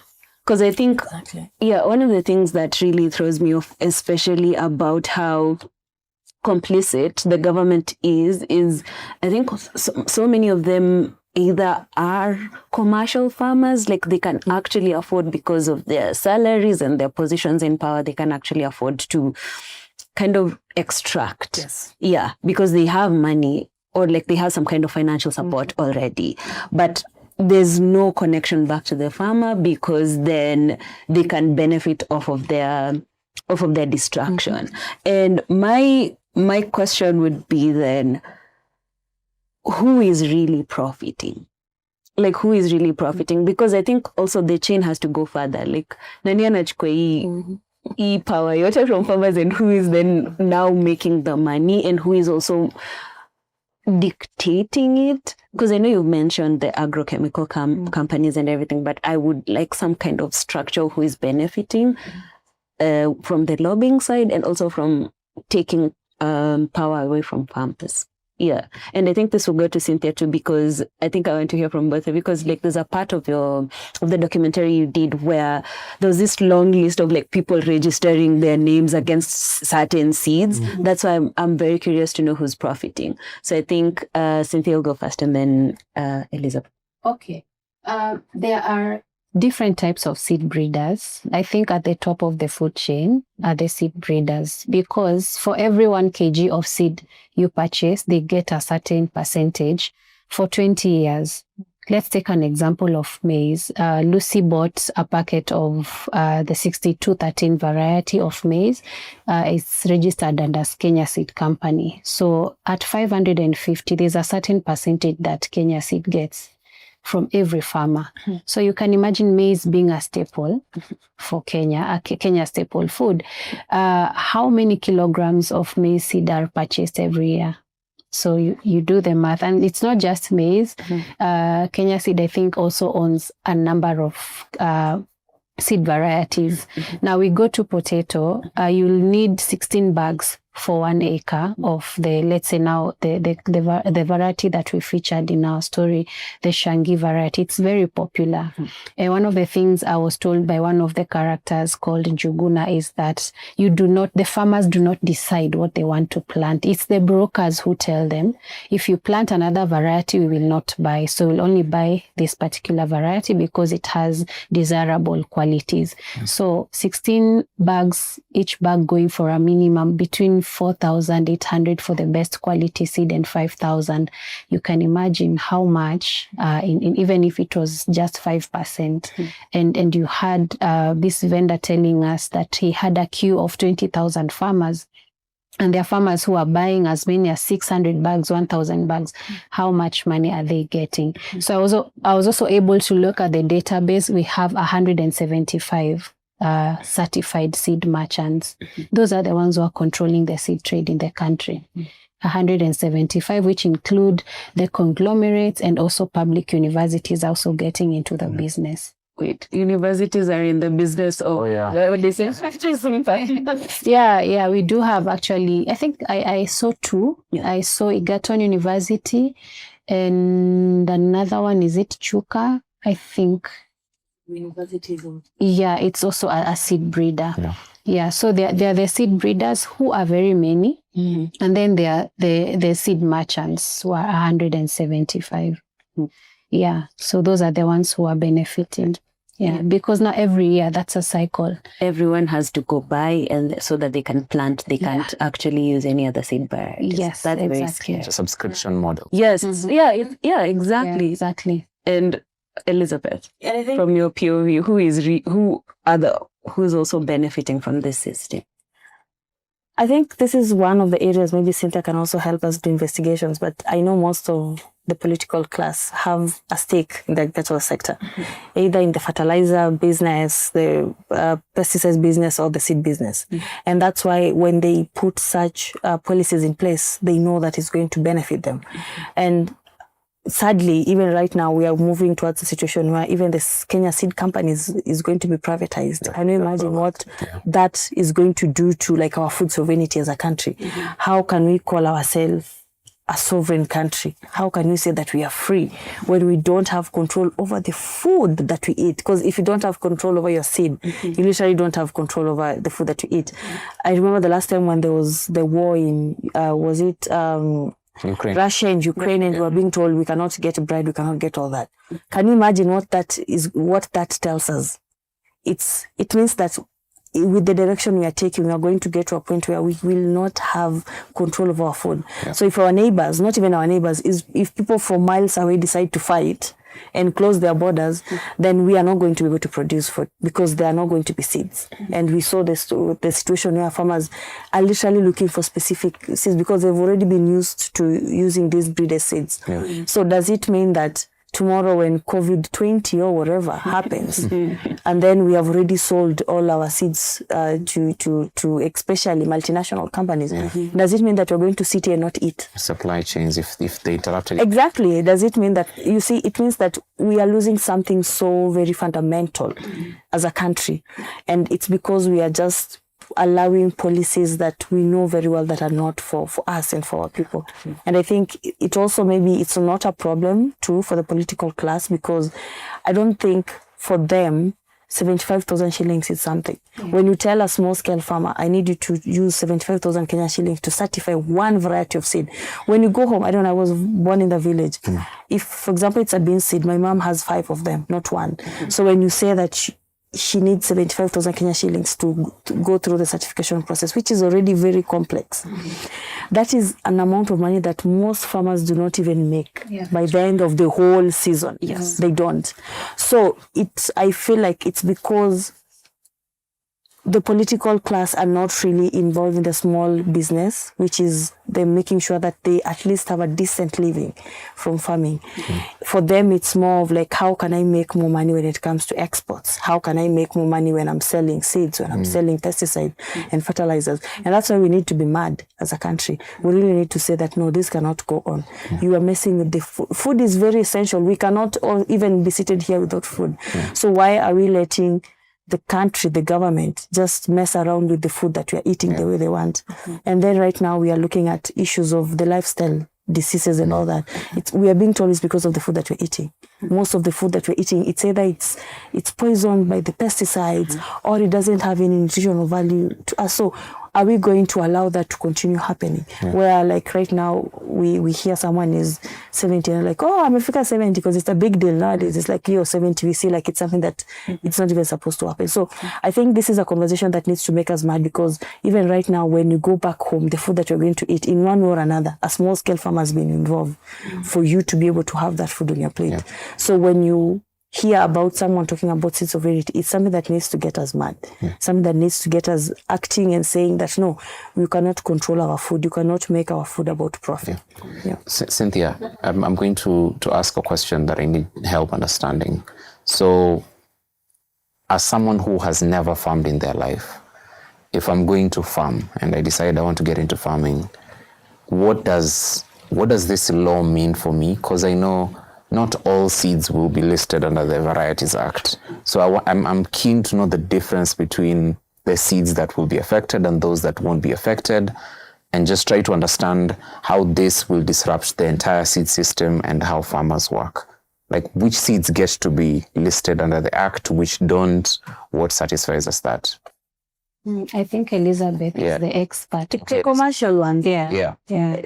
That's why you hear most farmers complaining about Irish potatoes, about maize, because that's what we grow as commercial crops in the country. So you find that most commercial crops, and the reason why they're also going for some of the indigenous cereals that we have, like the millets, the wheat and all that, is because they're also using that they're farming that on large scale. So that they can use it in alcohol production, bread, and all these things. So basically, when you look at the list of seeds that are being affected, are seeds that are essential in terms of giving them profit. So if something is bringing them profit, then how can you get control? How can we control this?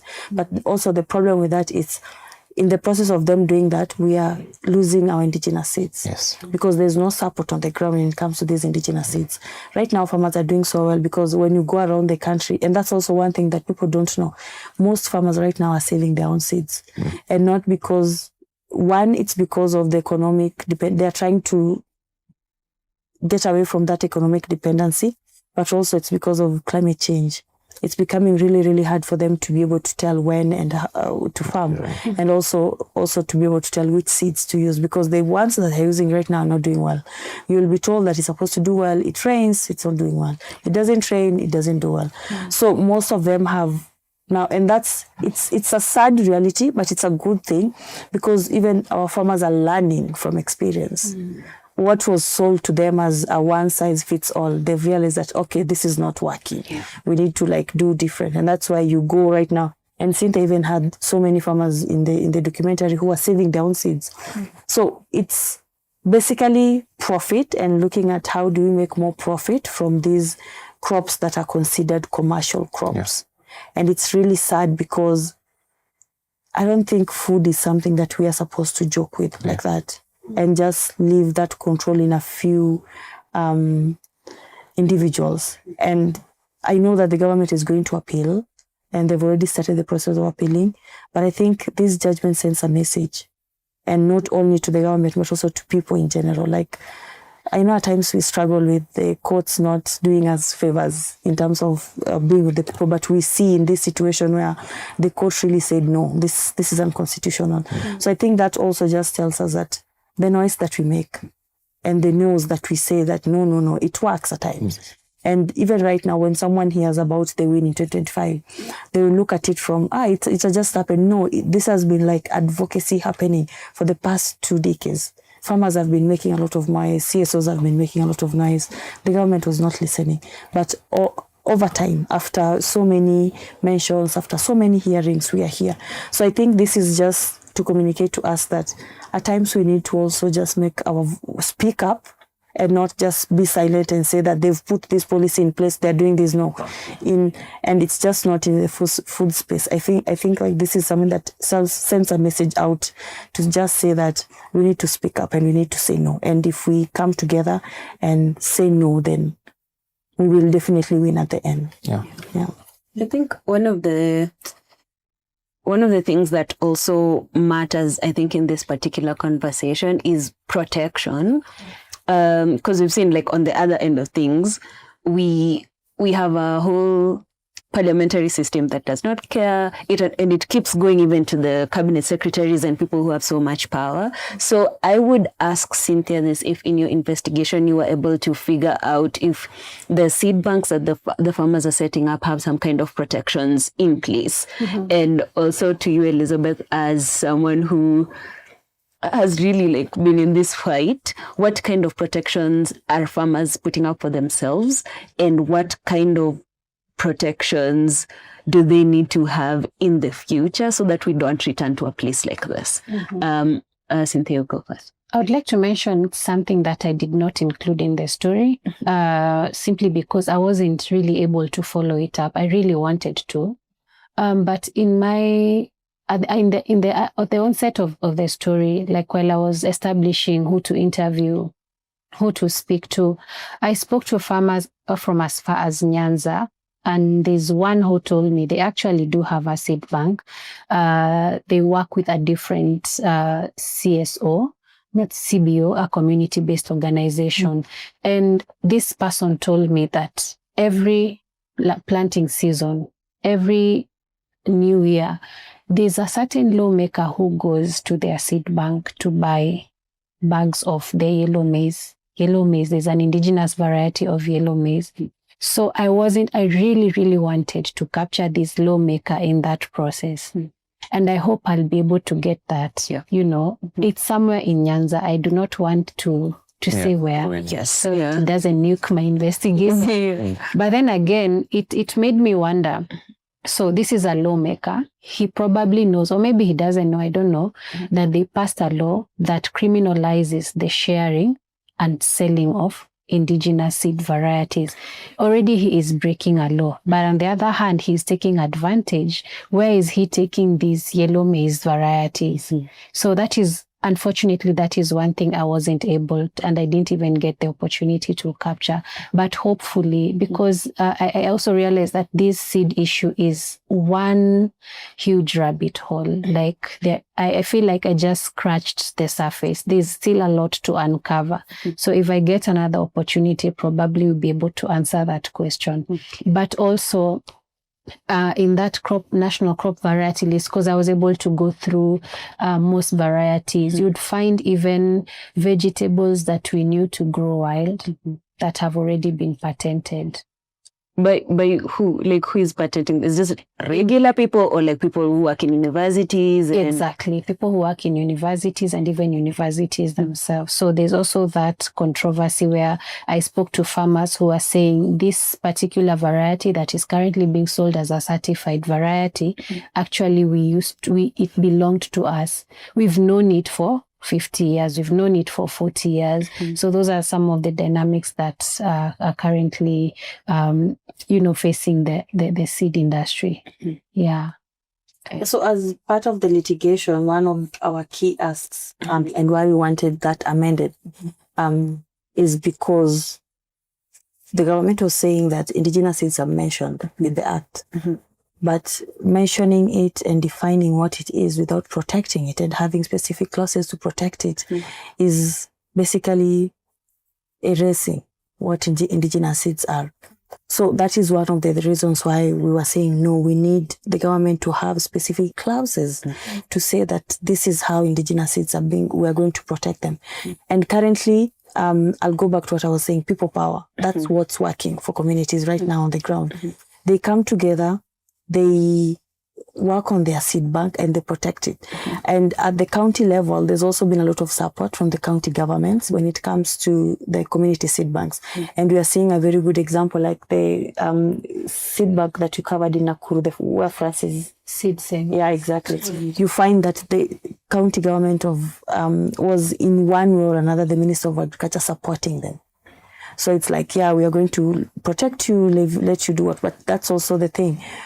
If there's no law protecting me, then when I'm in the matatu carrying my seeds, going to sell or doing whatever, the KFIS inspectors can stop you and they can seize your seeds. So you see, like, there's also word of mouth, but there's the actual harassment that goes into, like, us not having protection in the clauses that protect the farmers. So even right now, well, I can just say it's people power. They're just doing it. They're coming together, and I've said there's that point where you need to go and educate someone about something, to tell them, sigara inaua, ama pombe inaua. But there's that point where someone has already experienced it themselves, and they're like, oh no, this thing, sikuzi kifua yangu sipumui vizuri ama whatever, you see, whatever. You can say collapse. Exactly. So you're more aware that this is dangerous. Yeah. So like that's where most farmers are right now. They've gone through these seasons. They've realized it's more like me being dependent on these people and less of like me empowering myself. Because if you look at the documentary, you see even the lives of these small-scale farmers. Even to just afford a decent living is a problem. And these are people who wake up every single day to go to the farm. So I think I can say time has also done us justice, which is wrong. But now, because our government didn't want to, time has also done us justice, because farmers themselves are experiencing the climate change. You heard even the documentary saying, this time mvua imekuja mapema, ama mvua ikukuja. So they're actually experiencing this on the ground. So it's less of us telling them that this is actually going to affect you like this, and you need maybe the adapted or resilient indigenous seeds. They already know because they're experiencing it. And people power is working. That's why we are saying we need this law to be in place so that we can also the farmers can call the county governments to recognize, to budget for these seed banks, to support these seed banks at the county level. There's a part of this conversation that I want us to focus on, mostly because I know we touched on it, but I really want us to get into it. Why should people care? It's something that should be the biggest news in the country that law didn't make it through. But then the government is even appealing it. Yes. That's a horrible show of, I know. of just interest in making things work. What do you think needs to be done for not only media, but then in general? What's missing in that whole chain of communication? Is it that this is such a tough thing to understand, that seeds being patented, like the regular person doesn't know what patenting is? But then what I'm failing to understand is, what can we do in this conversation right now that you think hasn't been done yet, A, and number two, what can we do to make this a big story, apart from Cynthia's story, which is massive in itself? What do you think can be done, and why should people care about the Seed and Plant Varieties Act as it is right now? Because what I'm afraid of is the government appealing, because we've seen them appealing things and things being overturned. I don't know which law it was. I think yes, Shah. Even the housing levy. And all of this had to do with public participation and the missing public participation link. And also it's like, you don't have a choice, you just have to pay. So how, again, just to reference what Tom is saying, like, why should we really be out there helping us? I was having this conversation with Sid actually in the morning, because we were just talking about how at times this topic looks so technical and hard to relay out here. But I think it's also the work of, maybe I can say, the CSOs that are working in the seed sector. We also have a lot to do in terms of trying to maybe educate and create awareness. And something happened last year during the maandamano where we just did it was a simple digital push because we were going towards a hearing, and we did some videos that we posted online, and in a week's time we had Occupy Machakos Low Courts hashtag trending, and I remember at some point we were even like, are we really going to go to Machakos Low Courts? Because what happens if people actually decide to occupy Machakos Low Courts? And I think the reason why that works so well is because we really tried to break down the conversation and just make it simple. I feel like at times it's also how we communicate. It's a lot of science, it's a lot of big jargons, and people lose, especially when you start saying seeds of sovereignty. Someone like, Sasa, what is that? I think so. We need to do better in terms of how do we communicate this in a way that will make sense to someone who is going home right now from work. They'll listen and be like, okay, this is actually something I need to also see how I can support and all that.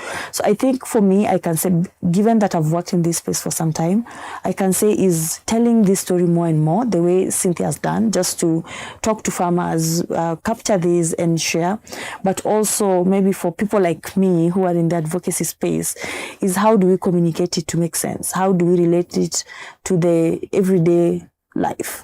Like something as simple as, how does this affect you as a Kenyan? How does this affect your income?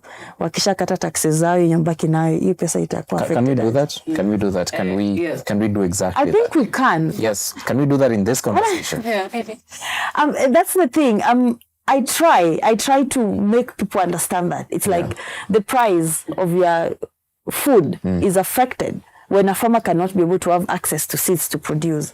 Then if she's struggling, we saw in the documentary, if I have to pay 200 more to get maybe a packet of seeds, and then I pay another extra to get the fertilizers and pesticides, it means at the end of the day when I harvest, at least remember, we have a farmer in the documentary who spends money to produce, which is more than what she usually spends, and then the maize doesn't do as well as she was hoping.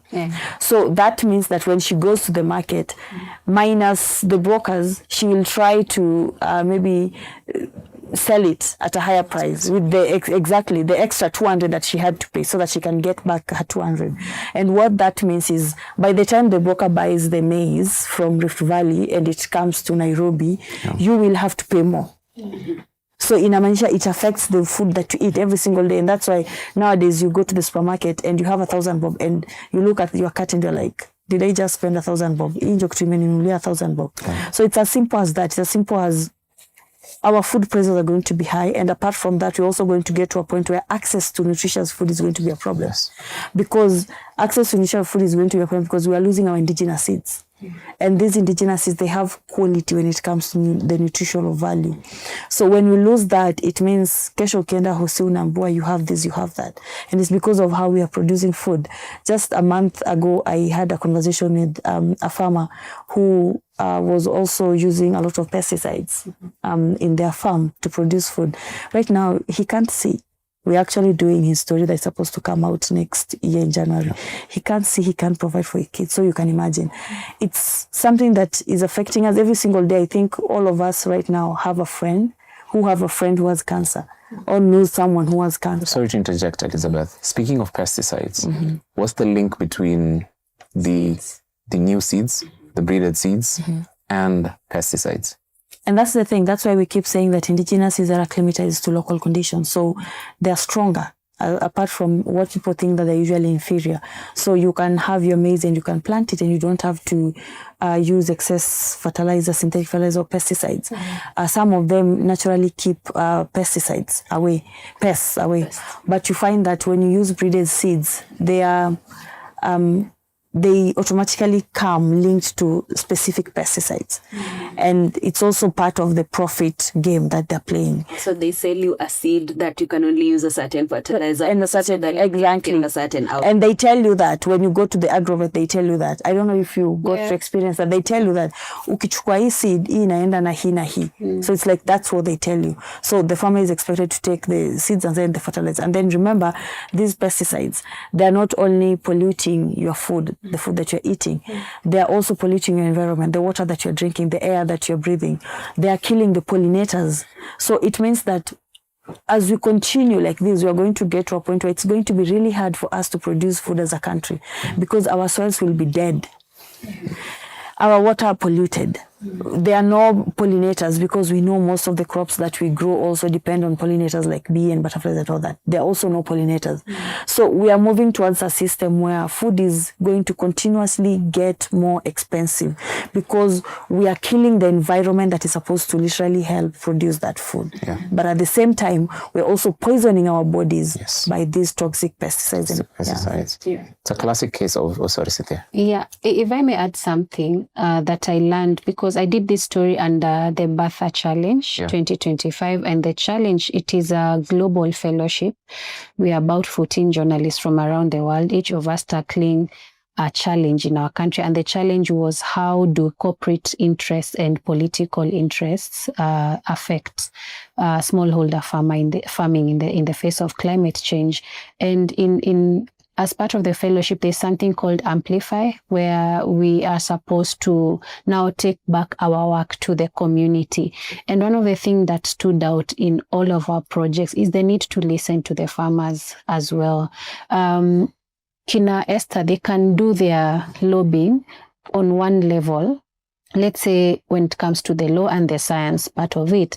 But as journalists, are we reporting also what the farmers are saying? Because I also struggled in looking for articles or news items that have been done about seed sovereignty and that fight, and even articles that support indigenous varieties. So are we listening to the farmers? Are we listening to them as they tell us this particular sorghum variety called Alekwe Kal doesn't require continuous rainfall to grow? Just needs one cycle of rain, maybe just once, and it starts germinating and it can be harvested in a short period of time. Are we listening to those farmers? Are we communicating what they're telling us? So I think we also need to listen more to the farmers because they know these things. For example, you will hear that as opposed to the hybrid maize varieties, in our community, there was a variety called Gevigo. And Gevigo, unlike the hybrid varieties where you have to harvest it really quick, if it starts raining in November beyond, the expected period, they start rotting in the farms. But with the Gevigo variety, once it matures, it kind of locks itself, and no amount of extra rainfall is going to affect that variety. And this is also a variety that you can replant. Are we communicating? Are we telling these stories? I don't think we are doing that because the kind of stories we're telling now is exalting GMOs and these interventions that are threatening the food diversity that we've been enjoying for years. I don't know how old you guys are, but you don't mind.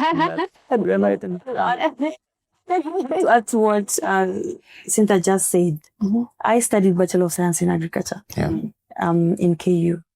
But what I studied in school is exactly what I'm now fighting. I was being told that you have to commercialize, you have to. So you find that it's like we are locked in this system where everything is not working for us. The policy, the education system, what we're being taught is good and is supposed to be good.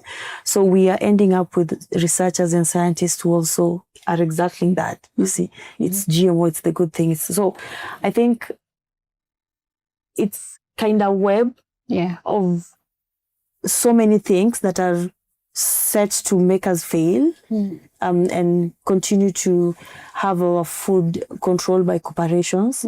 But I think having conversations like this, that is what gets us to really understand why we need to say no, why we need to change some of these things. So I think constantly telling the story and making sure there's that back and forth. We are listening, but we're also telling the story so the farmers can also hear from other farmers, hear from maybe research in terms of policy, their role at the county level, what can they do, how can we work together to help. So I think it's just making sure that we have that back and forth communication in terms of sharing information. I like what you just say right now, because then as someone who's studied this, as someone who has background knowledge on what it takes for agriculture to work, and obviously it's a learning process, and I'm realizing a lot of knowledge systems that do not care about the farmers. Cynthia say it's like you are a farmer, you know this, but like unajua nini. It's almost like you're disregarded so someone can sell you a product. Exactly. And so my question would be like, what's a possible scenario that would make the laws that are in place work?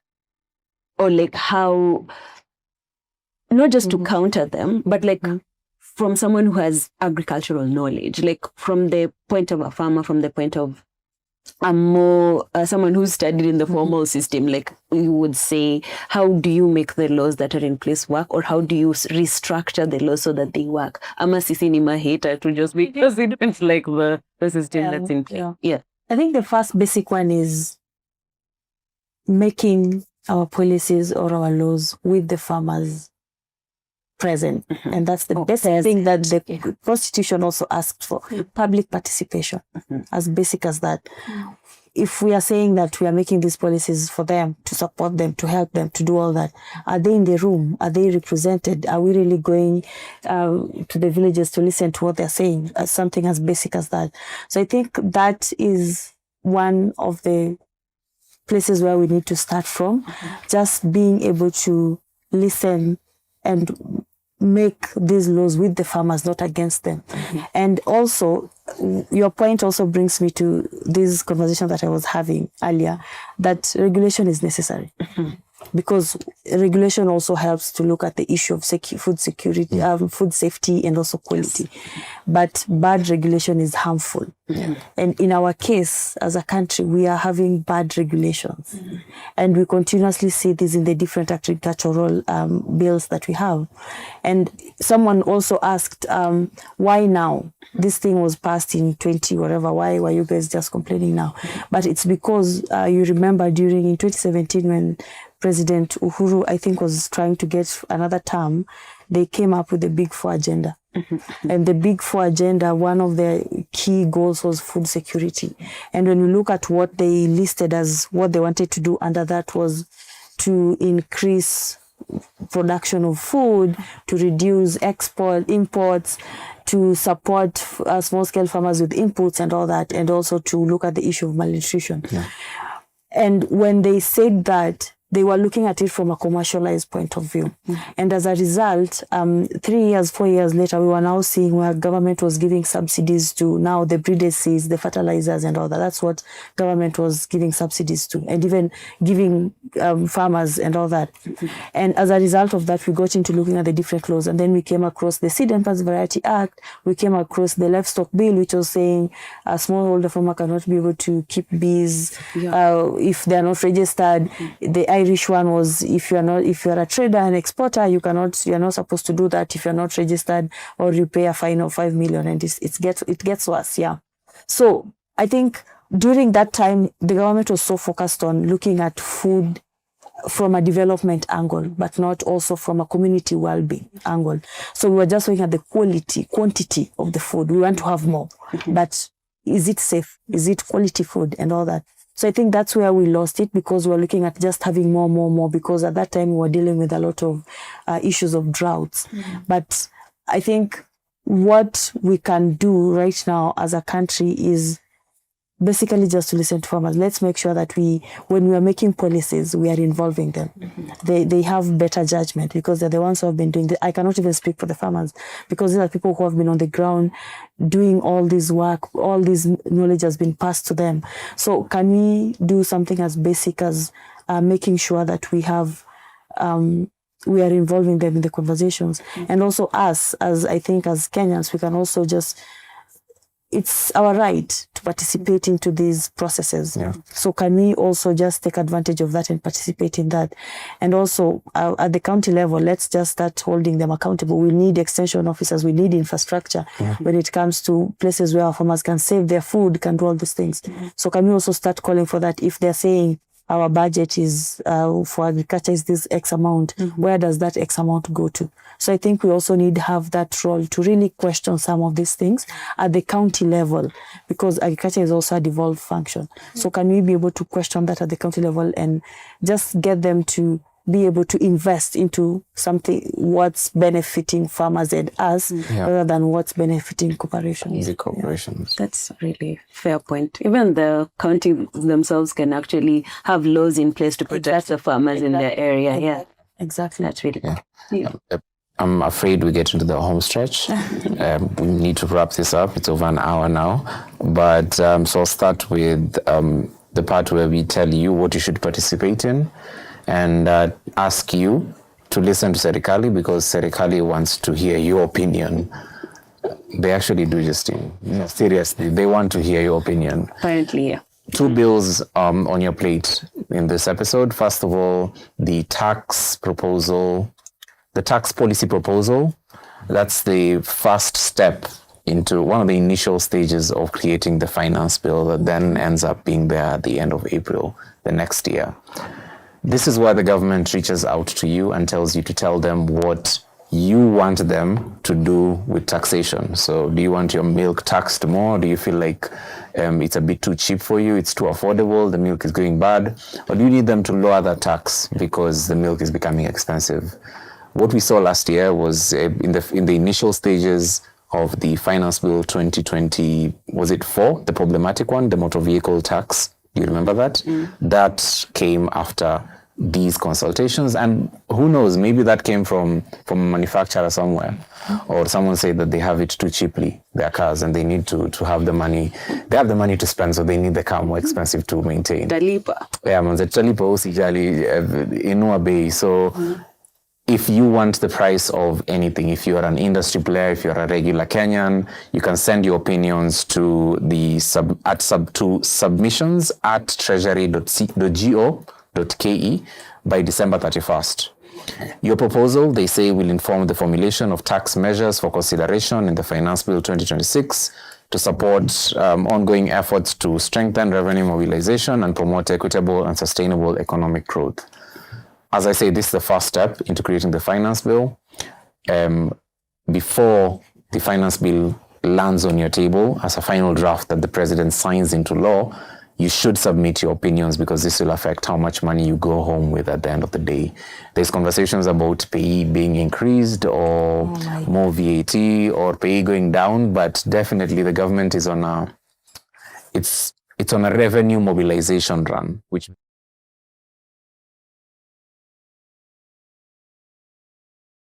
your people. So who knows, maybe the possibility of a more stringent bill landing on our tables in 2026 is possible. We had a weaker, to some degree, compared to 2024 bill in 2025. It was a lot slimmer. It targeted specific industry and also raided the income of people, because it gave KRA access to people's digital transactions. This is why you should care. It's important for you, and the 2026 finance bill will be here in maybe 7 months, and you need to participate. December 31st is a problem because they've only given people 2 weeks to send their opinions. Christmas, really? Imagine, they expect you to, in the middle of the chicken unakula uko shags, to think about what tax they're going to put on you. Usually you have until January 16th, 17th, maybe 20th to submit your opinions, but this time they want you to stop eating your ugali, manze. Last week we also highlighted the autism management bill. It's a Senate bill submitted and proposed into the Senate by Senator Karen Nyamu. She says that, and most people would agree, that a lot of special needs legislation does not exist in the country. It is true that a lot more accessibility needs to be created in schools. A lot more attention needs to be paid to policy making for specific special needs children and adults in the country. But this bill has its problematic parts, and it also has very progressive parts. It's a double-edged sword, and that's why I'm bringing it to your attention so you can read it and understand, especially if you have a minor. And Justine, you and I might not have kids, or Elizabeth. We all might not have kids, but we will in 10 years. So it would be unfair for me to say that this bill should be specifically something that parents of children with special needs should focus on, because it involves all of us. For this one, you have until December 22nd, literally in like how many days? 7 days to submit your opinions. This one, you can submit your opinions to clerk.senate@parliament.go.ke and copy the health committee at healthcommittee.senate@parliament.go.ke by 5 p.m. December 22nd. Submit your opinions. Let your voice be heard. All these bills, both these bills, they are not very specific to industry. They involve regular Kenyans, and you should pay attention to it. Yeah, Justine. I'm seeing here that there is a crow removal for Christmas. Yes. What's up with that? Yeah, we'll get into it just now. So this week on Justine explains it all very badly. So the Kenya Junior Secondary Education assessment results for the pioneering class are out, and congratulations to all the kids for going through the pioneering system of an education system that's very fairly new to the scene. So we all thought that the kids would be exempt from the parading of like who failed and who passed, but Kenya newspaper editors are very committed. You know, they needed people to photograph and they got to it. So some kids, were carried shoulder high, as we've always seen. So I feel like the ground was left out of a lot of celebrations. Some parents didn't know what the new grading system is like because they moved on from the point system to an assessment system where you either get you exceeded expectations, that's the highest grade, and it has 2 bands, and then there's the middle tier bands which is meeting expectations and approaching expectations, and then the lower bands is below expectation. I say below for what? Like below feels very targeted. It could be like tried to get to the expectations. I feel like that would be fairer. And each of these has 2 bands, so most students were graded on a more, we'll give you like a congratulations for the expectations that you met. And I feel like the more things change, the more they stay the same, because it's kind of like a very long stretched out A to D system. But I'm really hoping that whatever outcomes, that the students are going to get a good education henceforth. Some kids performed really well in the arts, but the problem is some of them want to stay in STEM courses. But that learning process so far is we atujui. That's what the government is going with. They don't know how to restructure that system. And I'm hoping that pivot will work. Private schools obviously outperformed public schools. And obviously, they were going to outperform them because they have a competitive advantage because of the systems that they have, the access to resources like labs and all these teachers and teachers who are actually equipped to teach those learning areas. Unfortunately, for public schools, they're at the mercy of the government, and the government is doing well with small fractions, especially when it comes to money. They're disbursing the least amounts possible. So, and that coupled with the cost sharing approach, which is usually parents who have to cater for the rest of it, and parents are fighting with SHA, they're fighting with every other levy out there. And to quote the philosopher of our times, Femi Wan, wewe na shida za SHA utawezana. And most parents are really struggling on that front. So maybe the 87 shillings capitation that was sent to some school was supposed to perform some kind of magic. I'm really waiting to hear back. So out of the 1.1 million grade 9 learners who finished this particular assessment, 700,000 are going into STEM. Like they're very interested in STEM. This is the science and mathematics part of it, and technology, and they require over 35,000 teachers. And there's a significant shortage in STEM because most of them are even going into aviation, metalworks, like all this difficult, very hands-on approach kind of system. And the government doesn't even have adequate teachers for this. So I'm really hoping that I'm very proud of the kids for like going through the system and powering through. It's a really big fight for the pioneers, but also GOK is calling this teething problems. but this is a full-on Kibogoyo movement because you're defunding education, you're paying teachers, like junior secondary teachers were paid 17,000. I think they're being paid, and they're 17,000. they're not being graduated. So there's the next cohort that's also going to really, really go through it. And I feel like this is a deliberate attack on educational institutions. So all you students, you still showed up, you still did that, you still studied, even with the privilege or lack of it. And I just think you should be proud of yourselves because there's an MP who can't read, who's still in charge of the funding of your futures. There's still a Treasury CS who was very proud to say that they don't have money for free education. We have an education CS who released education capitation after the term was over. And they were like, good luck out there with the little money that you got. So I really hope that for the kids of this particular system, that they don't have to struggle so much, that this is not like their determined future when they go into the senior secondary school and also with the higher education. So to my crows, okay, so it's not dear to my heart, but I think it's important. So apparently the hotel staff in coast hotels are really fighting with crows. Like there's so many crows in a lot of the coast hotels, like they have ballooned in number. It's a true story. It is. Even I was like, this is my story for the week. It's very important. So Kenyan crows are currently terrorizing terrorists who are eating outside of these hotels. And the crows are foodies, I think. And they are very good at appreciating what the chefs have done. And they're building a feeding program for themselves, which has made them multiply in number. And they're now everywhere. And at some point, I think it was estimated that there's 90,000 crows just like around the hotels. 90,000 is a lot of crows. Yeah. But I feel like the food is already outside. I feel maybe if the crows were able to pay, maybe the hoteliers would not be so mad. But according to the hoteliers, like the crows are very much brokey freeloaders, and they cannot support them in their feeding program. So they want all of them gone, or at least their populations completely removed. So the hoteliers and KWS have a joint elimination operation program to end all these crows. And it has a title. The crows, it's called Crows No More. That's the title of the elimination project. I think they could have consulted me for a few names. I think we could have gone with, Kilbeak. That's fine. Cromia River. Kunguru de la Muerto, which is my favorite. I think we need to lean into some languages. And KWS said that they're disposing these carcasses in a way that does not create like a health problem, because usually like if you throw them away, some of these other the carcasses could be picked on, and then it becomes a health hazard.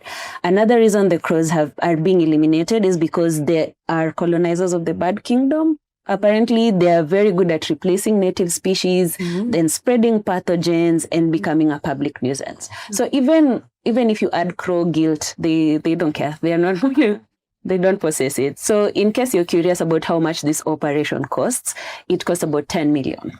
KWS and all these hoteliers need 10 million. They even did a fundraiser on the 13th. I don't know how much they raised. I'm not that nosy. But the reason I did this story is like to all the crows, where 10 million is being spent to end you as part of the drone kingdom and other animals in the bird species. I really hope the food you enjoyed was worth it, because they are coming for you.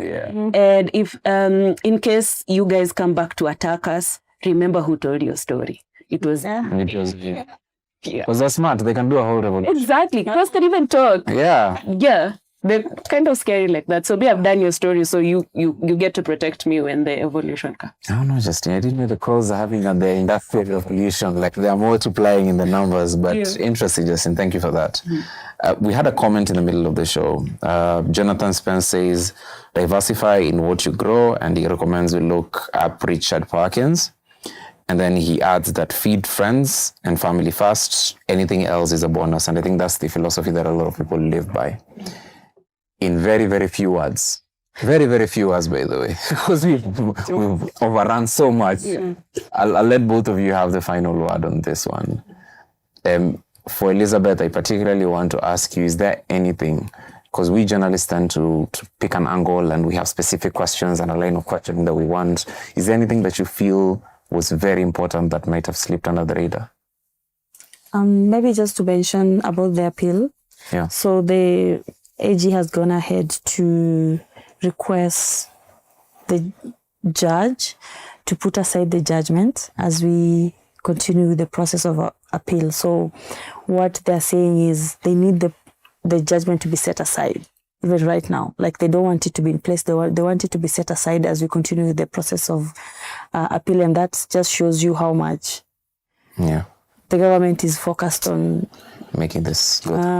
Yeah, so it's I feel like the win is already a statement, and I think it already also says that the farmers on the ground are now aware and they're not going to just allow the government to do whatever they want. So it's us to also try and support them as much as possible. The amendment is going to be another long journey, but we are not giving up and we are going to fight together, and we are hoping that we also have you to help amplify that message and support what the farmers are doing on the ground, because farmers are actually doing a really good job on the ground. Yeah. Thank you. And Cynthia? To the journalists, let's keep telling these stories. Let's listen. Also, there's something I had today called extractive journalism. Let's now do the opposite. Listen to the farmers, and also let's also be vigilant. There's, apart from the appeal, there's also a new amendment that is being proposed to the Seed and Plant Varieties Act. It's a Senate bill, already tabled before Senate by Narok Senator Ledamo Lekina. So let's also be vigilant. Let's not just allow things to pass, because one of the things that happened even with the SPVA 2012 is that the timing was really critical when we were preparing for the general elections. Yeah. So let's not let this one also slip between our fingers. Yeah. It's almost election cycle, so a lot of lobbying is going to be flowing into the country. Thank you, Cynthia, for making time. Thank you, Elizabeth, for making time as well. We deeply appreciate both of you for coming to the show. Justine, asante, kama kawaida. From time Manze, there is more to read, but we've run out of time, Justine, unfortunately. And thank you for watching us. Thank you for leaving your comments, Jonathan Spence. There's a comment also that he mentions that African seeds and African foods are far more superior and they should be promoted more. And I think all of us would agree. Thank you for watching us. Thank you for joining us throughout the year. I hope you have a Merry Christmas. And the sign-off today will be the trailer for Cynthia's latest documentary, The Seed Syndicate, The Battle to Control What Kenyan Farmers Can Plant. Make sure you watch it. It's a 2-part series. It's brilliant. It goes far deeper into the topic of seed sovereignty. And I hope you have a good night and enjoy your holidays. This story is about seeds. Seed means life.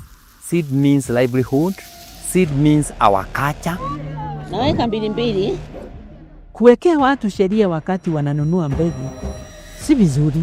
So when it was revised in 2012, it included certain punitive aspects. Lakini mimi mkulima niko na hizo zote na serikali imenifunga mikono. You have to borrow a loan so that you can plant maize because it's very expensive because of input. Kupata hii mbegu ni shida kwangu. If an old grandmother from Mashinani wants to access these services, like the Kenya seeds, you would imagine a shosho would not really access where these stores are. Kilimo mimi nafanya kwa sababu ya chakula. Siwezi kumbuka kama tulinunua mbegu kwa watu, kwa any shop. You see from regulations down to the bills and then to the regulation, the threats. It's nonsense. In light of now what these reports are saying, do you have any regrets? Yes, I do.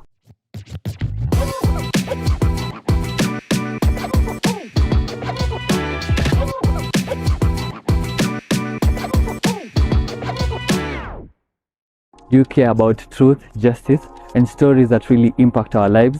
Then, the Africa Uncensored community is where you belong.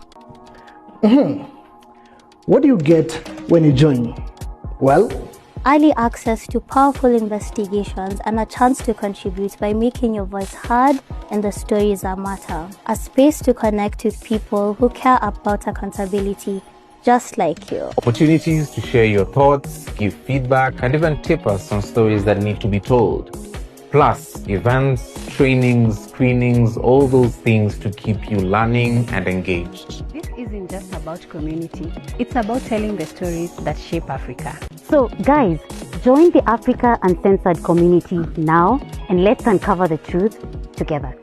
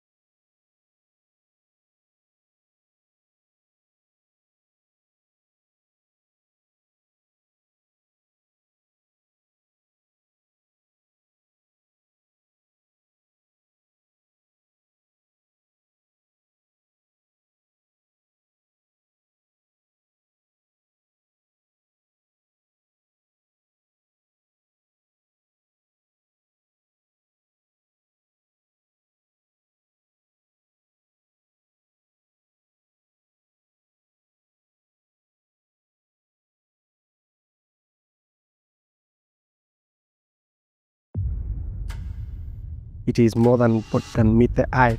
This is our land. This is what our forefathers had left to us. If this land would be subdivided, 90% of the young people will be left landless. Without a Carbon Act, there's no way soils for the future can come and legally grab land in Kajiado. But we created that act to pave the way for them. We did not even know that there was a connection between carbon na hii land fraud. Hakuna kitu mingine ni land grabbing. Mimi nimesema shamba yendi. Si ya mtu ni ya community. 19th century, you come with guns. 21st century, you come and tell them you've come to save them. And you pay their legislators to come up with laws that favor your saviorism. Kenya's next significant export will be carbon credits. And that is how you colonize a country in the 21st century.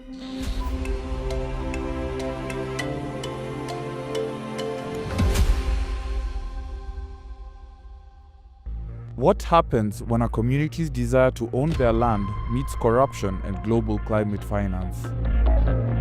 Over the course of 6 months and several trips to Kajiado County, Africa Uncensored and the Organized Crime and Corruption Reporting Project dug deeper in search of answers on the growing fractures among Maasai communities living in Kajiado.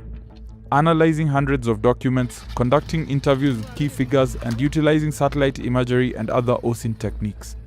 On the face of it, Maasai youth were opposed to a controversial carbon project. In reality, that was only the tip of the iceberg. Powerful and connected political elites in Kenya are executing a massive silent land heist, while major international organizations either knowingly or unknowingly provide cover under the guise of carbon offsetting projects.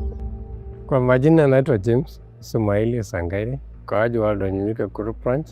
Nimezaliwa hapa Oldonyuke, nimeoa, nikazaa hapa Oldonyuke. Wazazi wangu wote wanaishi hapa. Niko na bibi moja, watoto 9, kijana moja, only one son. Nimekuwa member wa Oldonyuke kuanzia tarehe 13 Disemba 1984. Nikaja 1994 tukakuwa tumedemarcate wa shamba, tukafunga register na ikawa kila kitu imekuwa closed. Oldonyuke Group Ranch, my father was a vice chairman wakati huo.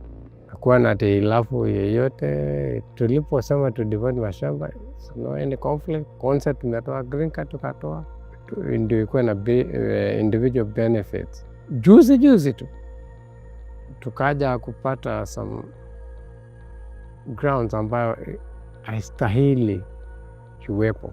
Mimi naitwa Gideon Kanchori, mimi ni mkazi mzaliwa wa Oldonyuke Group Ranch.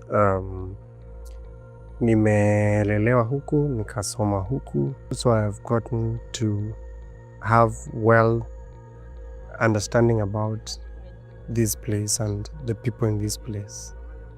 I have witnessed a lot of irregularities happening in this place, when I was a young boy, when I didn't have capacity to mobilize people against that. Like many years ago, like 15, 18 years ago, there was a daylight robbery where the then committee,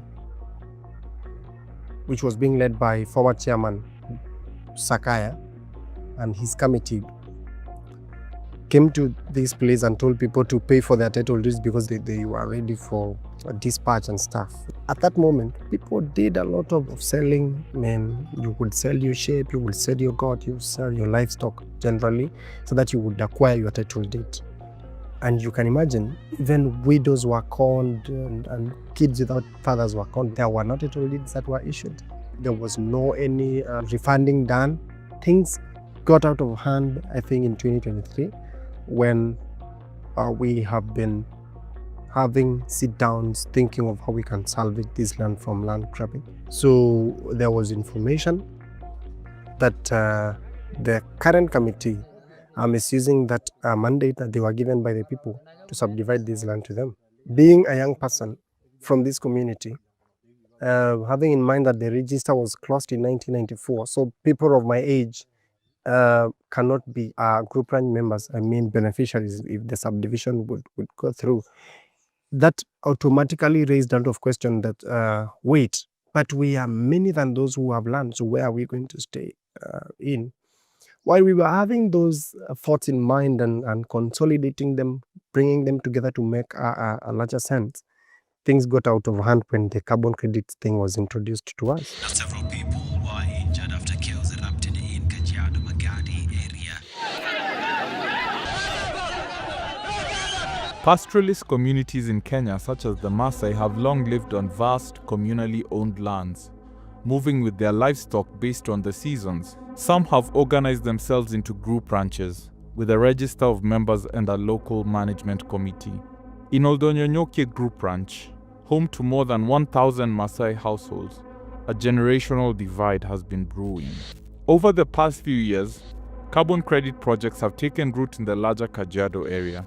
And while they were previously welcomed, these ventures are turning into flashpoints of conflict. Matters came to a head on April 30th, 2025, when hundreds of youth shut down a meeting in which the Kajiado Carbon Rangelands project by Soils for the Future Africa was set to secure its entry into the Oldonyonyokie Group Ranch.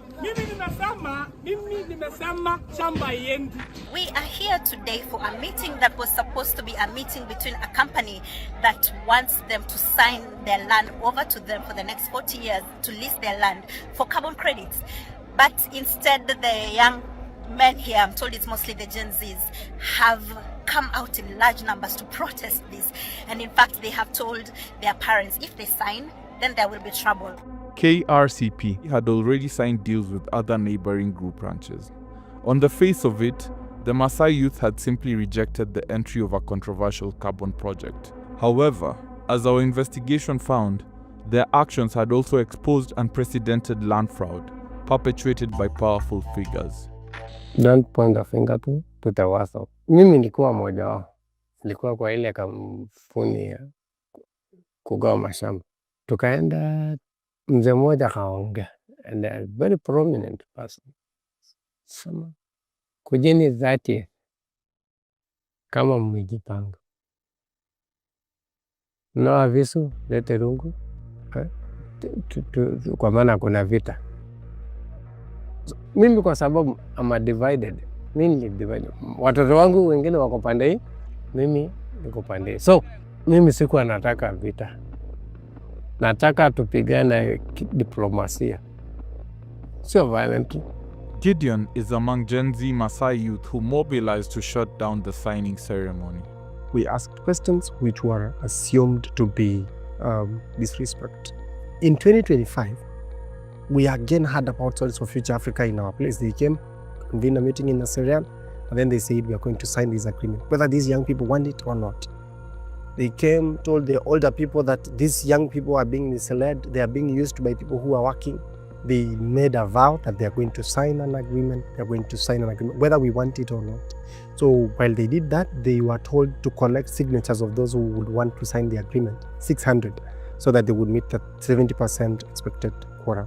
while they had that, they made a vow. We also made a vow that whatsoever would be the extreme, we are ready for that, provided this agreement could not be signed. So we said, while they will be signing that agreement, we'll be rioting against it. So we made a vow. They also made a vow. So they planned the 30th of April 2025 to be that day. So while they did that, we went to the area they had set where they'll be having the event. We went there. Definitely, we are younger. We are faster than them. I would say smarter than them, for lack of a better word. While they came in the morning, we had a disagreement in the morning. And we had an actual physical war against them. It was too bad because that was an extreme. At least 7 people sustained injuries and had to be rushed to hospital after the young protesters stormed the event and scuppered the planned signing of the agreement. David Nchui, chairman of the group ranch and a key proponent of the project, told the press that they had expected to receive an initial payout of 17 million shillings from Soils for the Future Africa upon signing the agreement, which was to be used to pay a land surveyor for the group ranch's subdivision.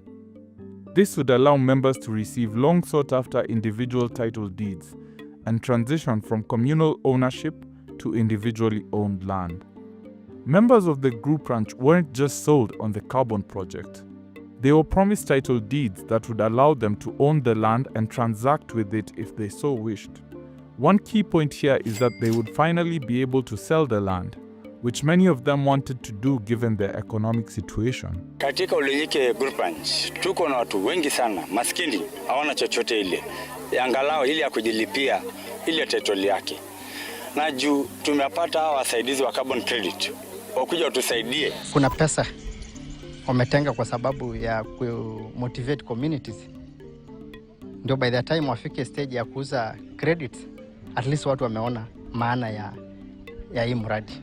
So kwa hii ranch walikuwa wametupangia 17 million. Unajua hiyo ni pesa members wenyewe wamekubaliana tutumie kuwalipia survey fee kwa sababu shamba ishakatwa, so imebaki tuwapatie wenye shamba title deed.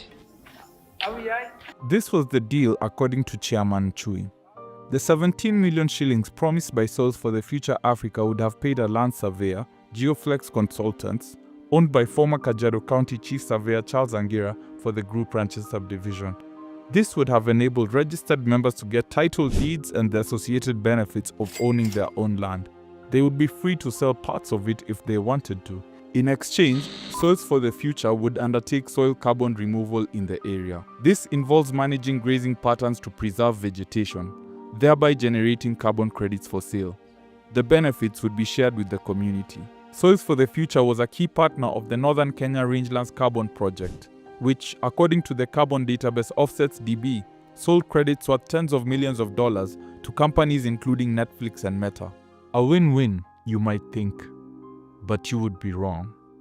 What had been hidden from the community was a dangerous secret that would stain the partnership and widen the generational divide.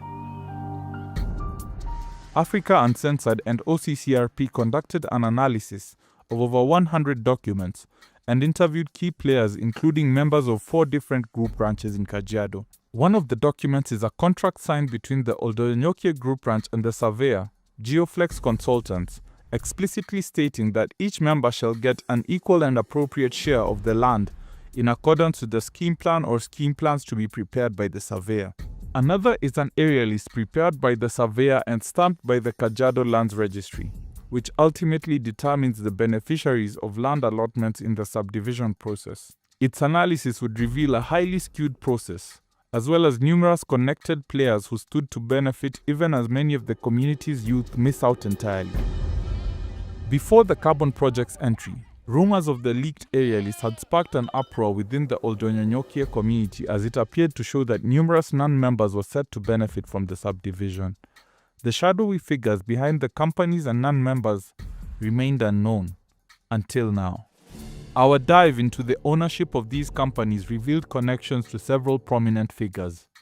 Among them is a known proxy of the family of former President Uhuru Kenyatta, Rose Wamaitha, whose companies Midlands Limited and Pine Hub Limited were allocated a total of 360 acres in Oldonyokie. Another notable company on the list was Elnum Business Solution Limited.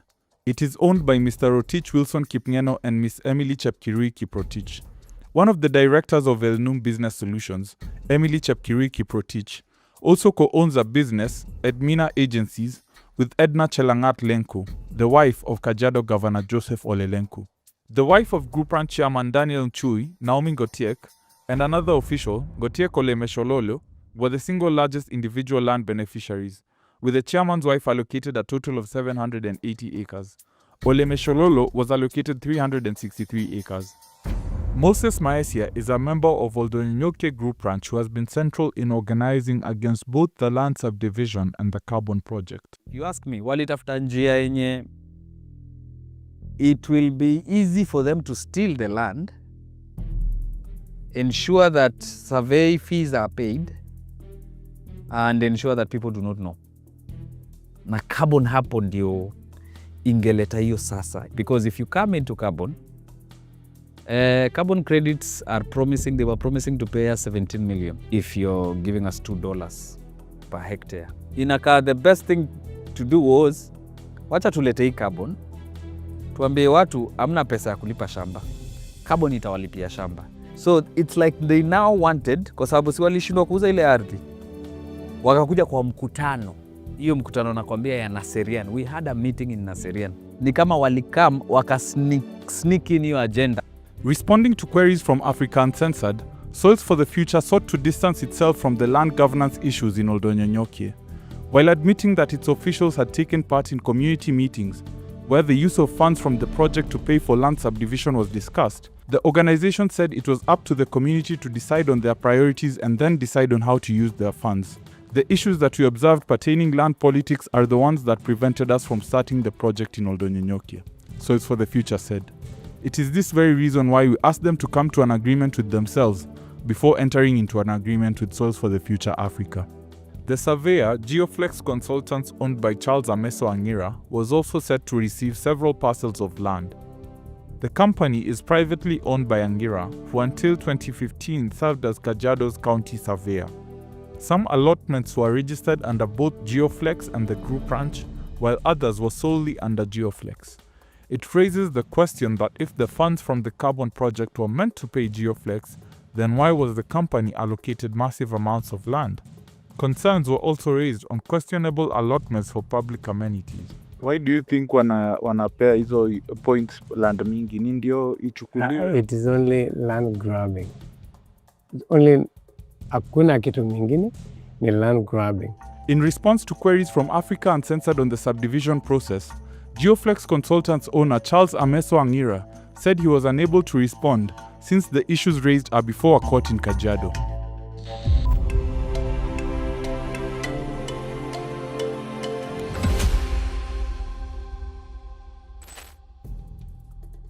The land now hangs in the balance. Despite countless requests to authorities including the Kajiado County Lands Adjudication Office and the Ministry of Lands, the community has yet to be furnished with key documents, including the official area list and the survey map. Carbon projects are anchored on the principle of free, prior and informed consent. The Kajiado Rangelands Carbon Project is present in at least 8 group ranches in Kajiado, including Olkeri, Selenkei and Olgulului.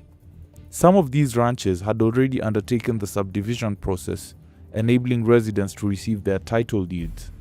Some of them legally sold off their lands, and the new owners have received title deeds.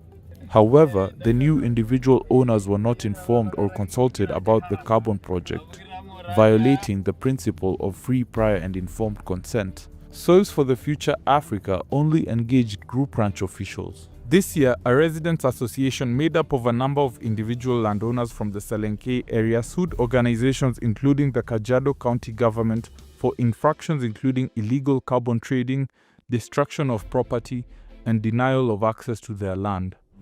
Many of these residents say their woes started around the same time as the entry of the carbon project. Farm owners in particular are being targeted.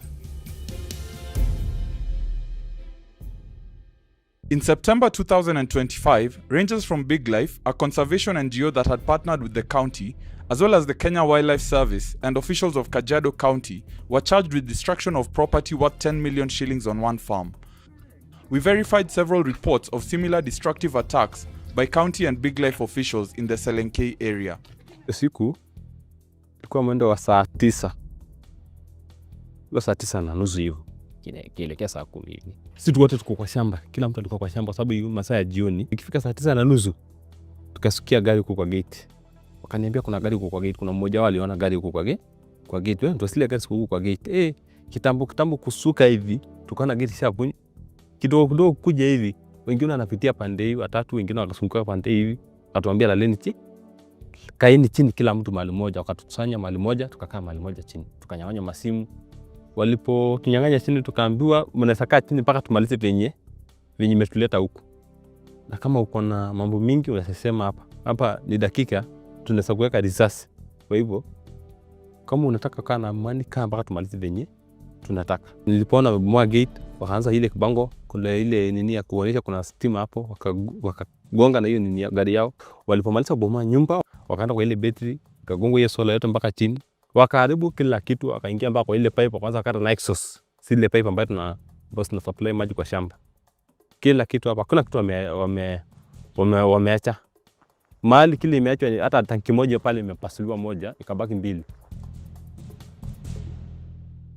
The Law Society of Kenya joined the case by the Golden Fields Residents Association in September this year as an interested party, noting the case's relevance to land rights for communities and individuals.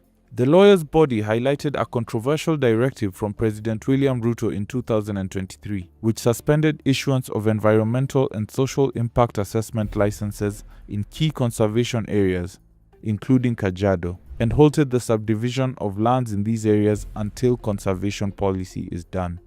According to LSK, the entire scheme of declaring special planning areas and suspending ESIA licenses is calculated to facilitate the collection of carbon credits, with the direct and intended effect of excluding the true and rightful beneficiaries, namely the affected communities whose land and resources underpin such schemes. The county has also set up barricades, blocking access to various farms. Ironically, while Selenkei residents are being harassed over their farming and construction activities, we found a large farm and residence associated with a senior county official in the area. Satellite imagery confirmed the existence of a large farm, house, and dam on a piece of land in Selenkei associated with the official. The county chief officer for agriculture is Samson Parashina, who also happens to be the president of the Masai Wilderness Conservation Trust, a partner of Big Life on carbon projects in Chulu Hills. Several other farm owners and workers around the area told Africa Uncensored that they had faced similar attacks and even dangerous assault. In a stunning admission, Soils for the Future, in its response to Africa Uncensored, confirmed that several individual landowners were not consulted despite their land being listed as part of the 1.5 million hectare carbon project area. According to Soils for the Future, it is not easy to obtain information on the change of land ownership as more people sell their land. We have been updating our maps, removing privately owned land parcels from the project, whose owners do not want to be part of the project. And we do this every time we discover that the ownership of a given piece of land has changed, the organization said. Some of the individual landowners we spoke to, however, had purchased their lands in 2020 before the carbon project's entry and were never engaged by Soils for the Future, meaning that Soils for the Future failed to gain their free, prior and informed consent before listing their properties as part of the project. It has also failed to respond to queries from some private landowners on their land status, despite their claim that they update the maps every time they discover a land change. Even in communities that willingly agreed to let the Kajiado Rangelands Carbon Project set up shop, trouble is brewing. Residents of Olkeri are being divided by restrictions on grazing patterns, and in Olgulului and Selenkei, communities are not getting what they were promised. Maika Epenja is a tour guide and pastoralist living in Olkeri Group Ranch. Maisha ilikuja ikabadilika wakati tulipata carbon. Sisi kama wale watu wa kufuga ng'ombe na mbuzi, kuna zile sehemu ufai kukulisha mbuzi zako. Ingawa hapo awali hatukuwa na hiyo issue. tukarudi place ingine ambayo tunaambiwa haupaswi kuwa na mbuzi kiasi hii. Mbuzi zako zinapaswa ufungulie saa 4 ya mchana. Ni kwetu tu Masaini tunatishiwa kuambiwa mara kaboni kuna sheria unafaa kufuata kama hivi na hivi, na hatusaidiki kupitia kwao. I transfer my rights to solve for the future. Why do they control me? Na nikitaka another investor, hawataki mpaka ni consultant.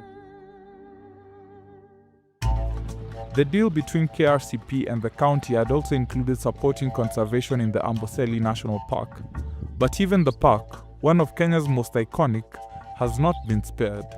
On our visit to Amboseli, we found multiple unmarked construction projects ongoing inside the park and along key wildlife corridors, potentially disrupting the free movement of animals. One such project is a luxury camp with 22 lodges on the Kitirua Wildlife Corridor, which residents and workers say is connected to a senior county government official. Inside the park, we also spotted quarters and construction materials used by workers engaged in the construction of a luxury hotel, allegedly associated with a top official of the national government. We could not independently verify the hotel's ownership due to the lack of official documentation, which is itself a red flag. There are strict regulations for construction inside national parks and on wildlife corridors, but those do not seem to apply here.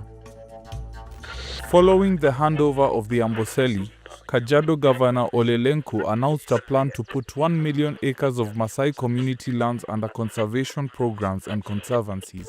Tumefikiana kwa baadhi ya maneno kwamba yale ekari milioni 1 na zaidi itachukuliwa kama sehemu ya conservancies ili kuhakikisha kwamba wanyama wanapata sehemu kubwa ya kutambaa na wapate kuweza kutoka ndani ya park ama kupunguza pressure ndani ya park. Mordecai Ogada is an author and conservation expert. Just 3 days ago, the governor of Kajiado said the Maasai community is going to give 1 million acres of land to conservation. And I thought, which 1 million? Whose land? That 1 million acres where the people who are living on that land, grazing animals on that land, doing farming on that land or whatever, living there, where are they going to go? And is it his to give? That's bizarre in the extreme for someone to make unless he was talking about he's giving his land, a piece of his own land. It's bizarre in the extreme. Demand for carbon credits is rising and is expected to surge in the coming years as major global companies look to offset their carbon emissions for a fee. Kenya's government is taking note, led by President William Ruto. He sees carbon offsetting as a massive economic opportunity and has backed legislation including the Carbon Act to guide the operations of carbon projects in Kenya. But the Kajiado Rangelands Carbon Project continues to operate despite the controversy surrounding its first project in Kenya, the Northern Rangelands Carbon Project. It was suspended by carbon certifier Vera amid concerns on free, prior and informed consent. The project was backed by the Northern Rangelands Trust, whose affiliated conservancies on community lands in Isiolo County, Biliko, Bulesa and Cherab, were declared unconstitutional in January 2025. Are there safeguards in place to protect Kenyans and their land? These legislations are legislations that are put in place to pave the way for those who want to come and annex these things. Without a Carbon Act, there's no way Soils for the Future can come and legally grab land in Kajiado. But we created that act to pave the way for them. And that is how you colonize a country in the 21st century. 19th century, you come with guns and shoot people and all that. 21st century, you come and tell them you've come to save them. And you pay their legislators to come up with laws that favor your saviorism. Across Kajiado, the fractures remain evident. In Oldonyonyokie, the community remains split on whether the land should be subdivided or not, and if under different circumstances, carbon projects should be allowed to operate in the area. In Selenkei, farm workers fear for their lives and landowners grapple with constant security breaches. In Olkeri, family members clash over grazing restrictions. For these communities, undoing the damage is critical. Imetoka from alert to alarm. salami. Tukae, tuseme ni nani.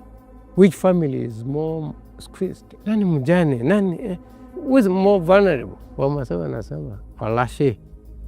Koshugenge tena. Ng'ombe sasa ikienda kulisha huko na njaa ilishe huko. Ni ng'ombe tu itarudi kutafuta mtoto wake.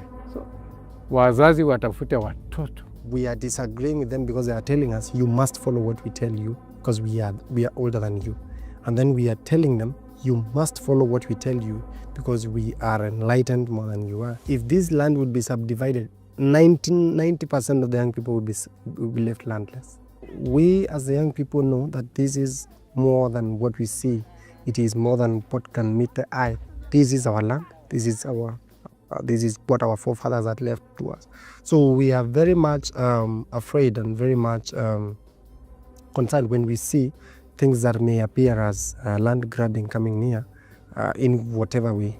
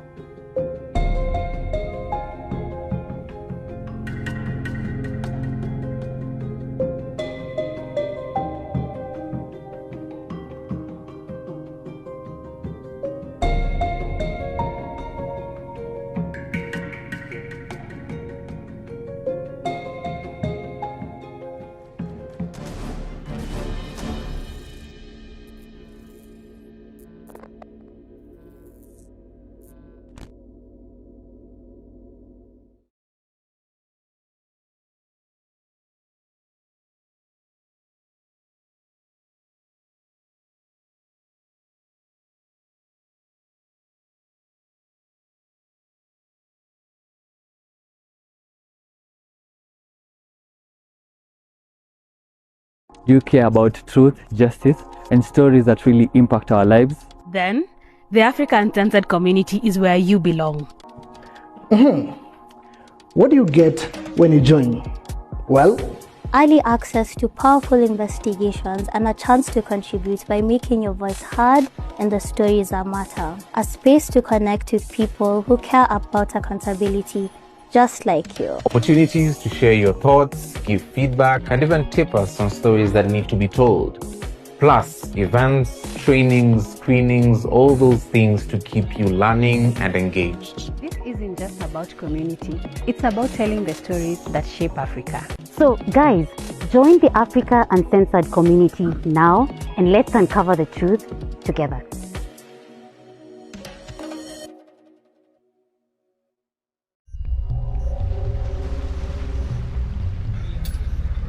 everywhere there's mining. Shit. Unaona hiyo shimo ya nini? Unapata watu wanatongozana hapo kwa shimo. Vijana barubaru ndio wanafanya hiyo kazi, sio kazi rahisi. Wanataka wakutumie, like anakupatia mawe na yeye anataka lale na wewe ndio akupatie mawe. So the resource that people have is a curse to the community.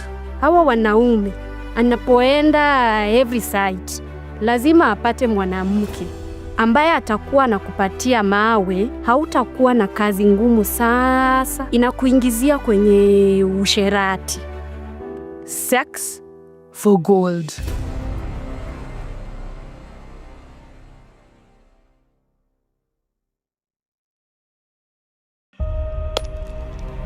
Ati mzee amechoma nyumba na kila kitu plus yeye.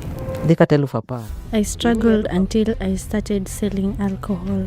Nikaanza kukuja hapa Bimbo, hii mambo ya gold. Vijana barubaru ndio wanafanya hiyo kazi kwa sababu na hiyo nguvu. Sasa hao vijana ndio wanachukua advantage ya wamama. Na yeye anataka lale na wewe ndio akupatie mawe. Everybody seems to observe and enjoy her suffering. Tunaongea tu, alafu inafika mahali tunapatana kimawazo. Tunapoongea, but they operate in such an undercover way. Wanaume ni wabaya, ni kama umbwa, wanakutumia bila kuvaa kondom. It's a man have an affair with the mother, have an affair with the daughter. Shit! Oh, it gets worse. You're likely to get increase in terms of sexually transmitted infection.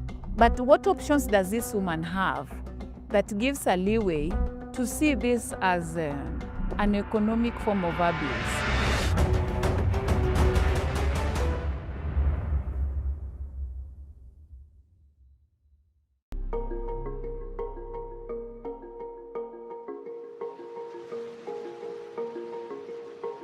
On the northern shores of Lake Victoria, fishing once sustained life in Siaya County. However, pollution, overfishing, and fluctuating water levels have depleted Lake Victoria's natural fish stocks. As a result, floating fish cages now dot the lake, but the high cost of aquaculture has pushed out the very communities that once depended on these waters. With fishing losing its appeal, something shinier is taking its place: artisanal gold mining. Chris Owala of Community Initiative Action Group Kenya describes a landscape dotted with mines across Siaya. Everywhere there's mining. If you go to Bondo, there's mining almost South Sakwa, North Sakwa, Central Sakwa, all those areas mining are happening. If you go to Ariada, East Asembo is the bedrock of mining. If you come to Game, South Game, East is a bedrock. So nearly everywhere, in all the sub-counties in the Siaya County, there's gold which is being mined. But for many women here, gold comes at a cost beyond labor. Siaya sits on the Busia-Kakamega Greenstone Belt, one of 7 belts that form the Lake Victoria Greenstone Belt.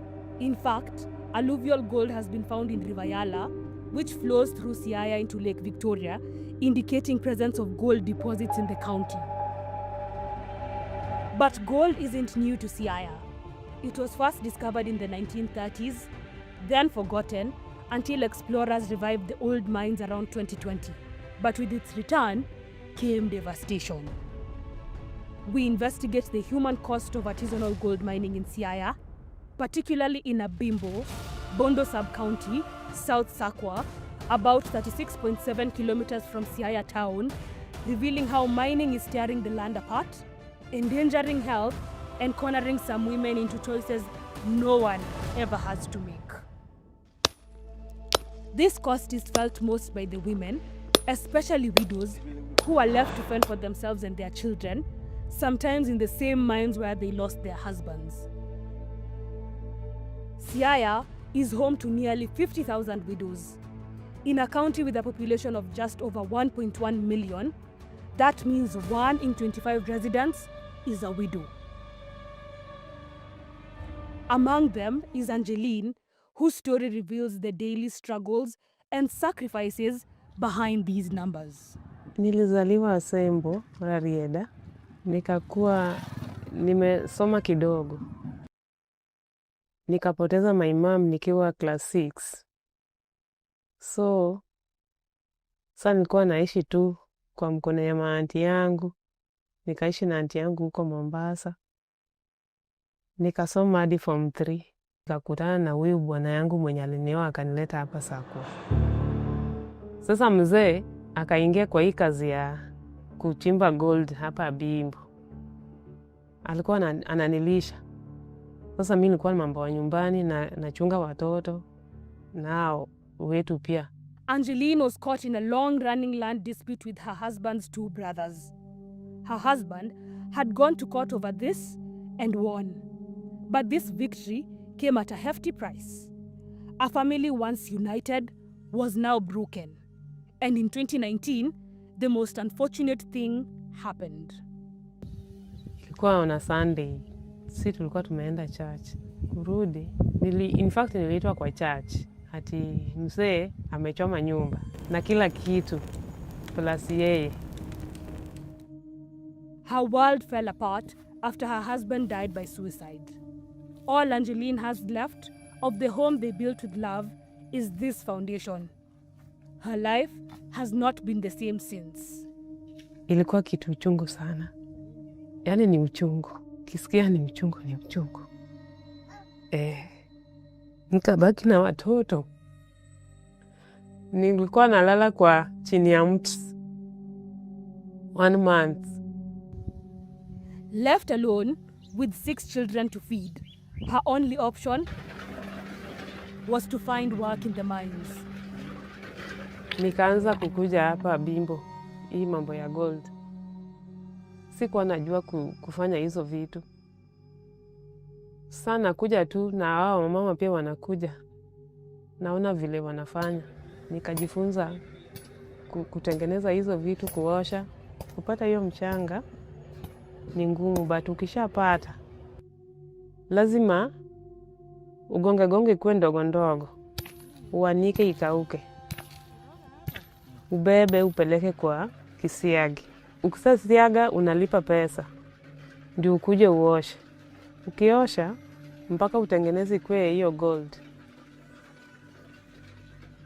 She endured all this for her children. But sadly, tragedy struck again. Mimi nilizaa watoto 6. Hao watoto walikufa. Nikabaki na mmoja. Wamekufa. Nimebaki na mmoja. Watano anagonjeka tu kidogo. Mtoto anaanza tu kama saizi mchana. Anasema, naumwa na kichwa. Sisikii vizuri. Unasema, wacha hata nikupatia Panadol. Haifiki jioni, unasikia tu mtoto amekufa. Hivyo tu. Mwingine akienda kulala, vile watoto wamelala, hataamka, utapata tu mtoto amekufa. Angeline had no time to process the loss of all but one of her children. She had to go on, not just for her own sake, but also for her child's. Kama uko na gunia moja, yenye ni 50 kg, hiyo mawe kupeleka kusiaga kwa machine ni 500. Utumie mercury. Mercury lazima ununue. Mercury inawekwa kwa karai, unasugua nayo hiyo mchanga. Unaona mercury? After that, ukishatoa nini na baki hiyo mercury peke yake. Ukichanganya na maji. Sasa unapitisha kwa kitambaa. After kutoa kwa kitambaa, mercury itatoka, ibaki tena kwa maji. Hiyo gold ndio itabaki kwa kitambaa. Mercury is a toxic heavy metal, shiny and liquid at room temperature. These women handle it with their bare hands, mixing it in wash basins as they work. Dr. Otieno Anyango, the sub-county medical officer of health in Bondo, explains the serious health risks mercury exposure poses to their bodies. It affects the coordination, cognitive functions of the mind, and also somebody can even have tremors, memory loss, or salivation of, drooling of saliva if you are intoxicated with mercury. And so that alone can make a patient have neurological presentations. If you inhale mercury and you're a pregnant woman, it's likely to interfere with the fetal inside the uterus. If that mercury goes and contaminates the fish, and somebody else comes and consume that fish, it's likely to cause some harm. And to make matters worse, the Mining Act of 2016 explicitly prohibits the use of mercury in artisanal gold mining. Yet, it continues. The guys doing chemicals, most of them are from Tanzania. The chemicals come from Tanzania. And this is not the worst of it. At these large-scale leaching sites in Abimbo, cyanide is used to extract gold. Cyanide use is illegal in artisanal gold mining and only permitted for large-scale operations under strict regulation. However, these leaching sites lie dangerously close to the lake, one just 389 meters away, the other only 530 meters from the shoreline, raising serious concerns that the toxins could enter the food chain. This is a concern shared by Gabriel Oduong, Siaya County's Director for Environment, Climate Change and Natural Resources. And in most cases, the topography is that they usually The terrain usually slopes towards the water bodies, particularly lakes and rivers. And so there are possibility or chances of the toxics being absorbed in the soil and getting washed into the water bodies. A 2025 study conducted in Abimbo, among other areas in Siaya County, showed the locals have little to no knowledge of the environmental and health impacts of gold cyanidation. And it happens in their area. Awareness is low and the risks are serious, ranging from respiratory problems, headaches and dizziness, to death if amounts as small as a grain of rice are ingested. The risks go beyond mercury and cyanide. For some women, danger also comes from the men who work in the mines. These mines go nearly 200 feet deep from the surface, dug mostly by hand, and walls that could collapse at any time. Vijana barubaru ndio wanafanya hiyo kazi kwa sababu wako na hiyo nguvu ya kuchimba hiyo na kutoa hiyo mawe. Sio kazi rahisi. Sasa hao vijana ndio wanachukua advantage ya wamama. Because wako mbele ya kutoa hiyo mawe. Wanapata mawe mzuri sana, tena wanapata mingi. Hao ndio wanatumia. Sasa wamama wenye wametoka nje, si rahisi upate hiyo mawe. Hao ndio wanatumia. Wanatumia, they use. She says it matter-of-factly. The sex for gold trade is so normal here, it even has a local name, Apinde, understood only by those who live with it. Wanataka wakutumie, like anakupatia mawe na yeye anataka lale na wewe ndio akupatie mawe. Hii miaka yangu ni mingi, niko na 51 years. Ukiona mtoto mwenye anakuambia anataka alale na wewe ndio akupatie mawe, ni rika ya mtoto yako. Ni uchungu sana. Ni uchungu. Angeline said no, but another widow, who we'll call Jane, faced a very different reality. After Jane's husband died in 2019, the little she earned from selling second-hand clothes was simply not enough to sustain her family. Nilikuwa na watoto shuleni, boarding school. Sa unajua, ukiuza mitumba, utoe shilingi 10,000, hautapata pesa ya kuenda kuchukua zingine. Hapo mwaka wa 2021, niliamua kuswitch to gold, ambapo ilinifanya vizuri mpaka nikalipa karo za shule. While working in the mines, she saw the terrible barter trade happen. Sex for gold. Jane had no other option. She became entangled in it, trapped by circumstance. She explains how it works. Tunaongea tu, alafu inafika mahali.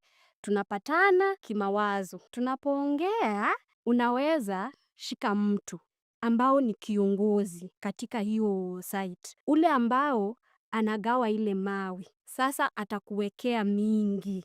What pushes women to say yes to the men's offer? Unaweza taka mingi, lakini hauna uwezo. Sasa kuna tamaa ambayo inaweza ingia mtu. Upate rafiki yako hapo, labda mwenye punch, ama mtu step kama wewe, ambaye atakuwa na kupatia mawe, hautakuwa na kazi ngumu. Sasa inakuingizia kwenye usherati. What she describes is prostitution, and from the way she describes it, the practice is rampant. Wanaume ni wabaya, ni kama umbwa. Unaona hiyo shimo ya nini? Shimo ya gold. Mara nyingi unapata watu wanatongozana hapo na watu wa ponch, wale ambao wanaingia kuchimba mawe. Hawaogopi. Sasa si unajua umebaki na hao, labda ni nyinyi wawili ambao mmebaki huko nyuma. Tuseme sasa hii ni shimo, watu wamepangwa hivi na mko huko. Sasa sio hao wengine watatoka wote, mtabaki wawili. Aidha kama sio kwa shimo, kwa hizi vichaka ambazo zina surround hiyo site, ambao wengine kwa lodging. It's not just widows who are getting caught in this web. And how girl child and who leaving school are lured by money by this mine. Because remember, those mines, most of the people doing mine don't come from there, and they have free money. The mines don't just offer money; they expose them to sexual exploitation disguised as survival. Akikuja kazi, kuna vile wao wanajifanya, vile wanaongea, vile wanajivaa, vile wanatembea. Body language yani. Wanaume wataangukia. Na hata kama ni mahali ambapo watu wanalipa pesa, ndio uingie, wataingia bure. Akishaingia huyo, ashawekwa kwa box. Ataingia kwa site, lakini hatafanya kazi. Utamuona mara moja moja. Siku ya kugawa mawi ndio utamuona, na hivyo inaharibu maisha yao. According to Jane, she has been with just one partner throughout the years. Vile tu umezoeana na mtu, vile tu huwezi jichanganya na watu wengi. Si ni mtu mmoja. As the mines get exhausted and gold runs out, the women are forced to move to another site. And the cycle continues. Hiyo ni makosa. Maanake hawa wanaume, mtu wa gold, anapoenda every site, lazima apate mwanamke. Hebu niambie, akizunguka 4 sites, ameokota magonjwa mangapi? Hiyo inasababisha vitu kama kusambaza ukimwi, kusambaza gonorrhea, vitu kama hizo. These men often refuse to use protection. Hakuna protection. Sasa ndio nilikuambia, kuna disadvantage kwa kuwa wanakutumia bila kuvaa kondom. Chenye kimenisaidia ni kuenda hospitali. Unaelezea daktari na unapimwa na anatumia preps. There are no taboos here. The women are entirely at the mercy of the miners. But again, when you look at that mining, you get a mother and the daughter are in the mining.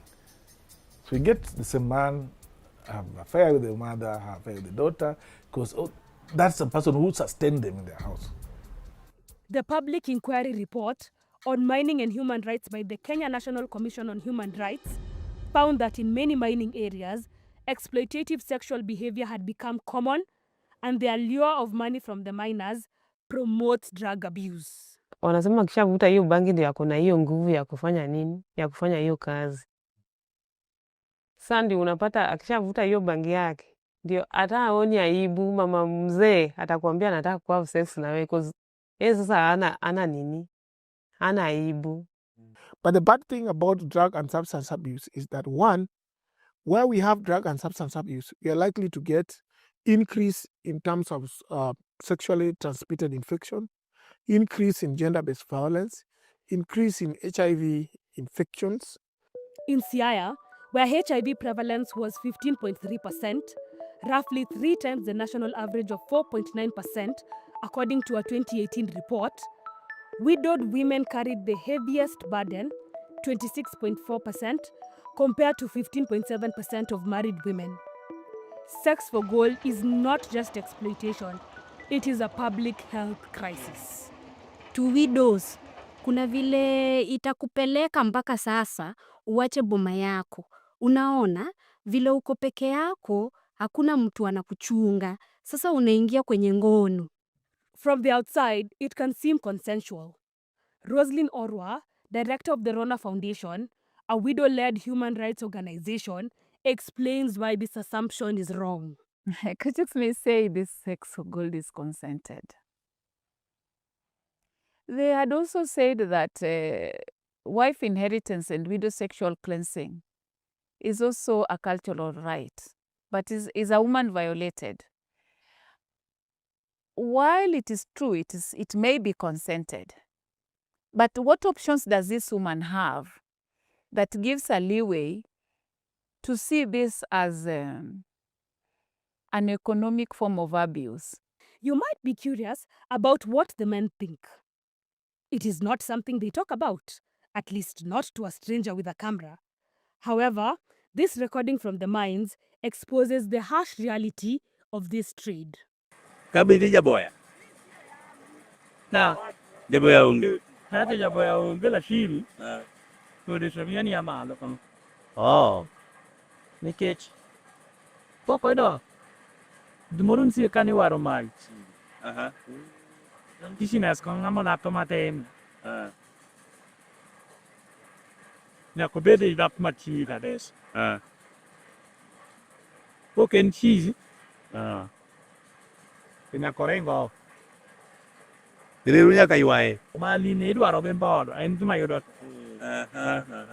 Kanyo ma ng'ato bende chikie gi girambe moro. Idwa ni gimoro be ing'e. Mane koro mako kode boya. Biro malungi. Malumi, yani koro mi mali. Ichule pesa. Ichule pesa. Ini bimi. Mandas bichamo kayo. Mali, yani oande in kum mali. Così totanali che se lui è il papar gario grama tie. Obi de catem papar ga ucel dimni chemo. No de nani. Prato de bi udegini. Però gini o qui tuone e kalegi mi nyeti yeno. Oh, piccole no, quello che mi nyeti. Ma iso ni kituone to ohala modhi de choko de Wadi yune. Wala ne bele no ala mar hot ye. Eno ala maduong. No ala maduong. Profit margin mare pek. Hey. To kidi to timo nang'o? Kidi ka be tiere ng'at manyalo gere ka unya ya ka kidi so chamo mandas. Mine ne ban te. Nes mar goldi. Dove sta la denaro? Ciao Iori. Canena to po. Ora sai che puntino ne. Caroline Adhiambo, 40 years old, was widowed in 2000. For over 2 decades, she has struggled to stay afloat.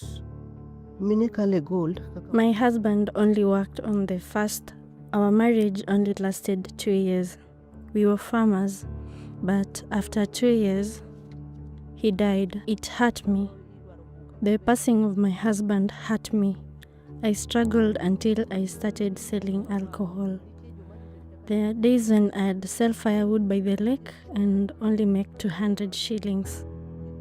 Caroline joined the gold business in 2015. She introduces us to another form of payment used in the mines, a system called garama, where women offer porridge in exchange for the gold-bearing rock. Some people were working at the mines and it found me when I was struggling. The people there asked me, could you find us something to eat? That's where I started from. I sell my porridge instead of someone taking advantage to sell me the ore. Because as a normal human, you may be tempted to take the offer. The women are not allowed to choose the rocks that could contain the gold ore first, and regardless of whether they pay with sex, porridge, or money, they remain vulnerable to exploitation. If you go with the money, with the intention of buying the ore with your own money, you have to wait for the men to be given the rocks and then get them. But if you take a step there, you will go and exchange with the rejected rocks, sprinkle some water, and then gives it to you. That is the biggest loss women are going through, because sometimes someone sells you rocks that don't have gold. Roslyn explains why the garama system is stacked against the women. Do a mathematics around our costs. Is there something wrong with that? Can we as a society question that? That this woman is providing 20 cups of porridge for 7 days, yet she doesn't know how she'll recover this money.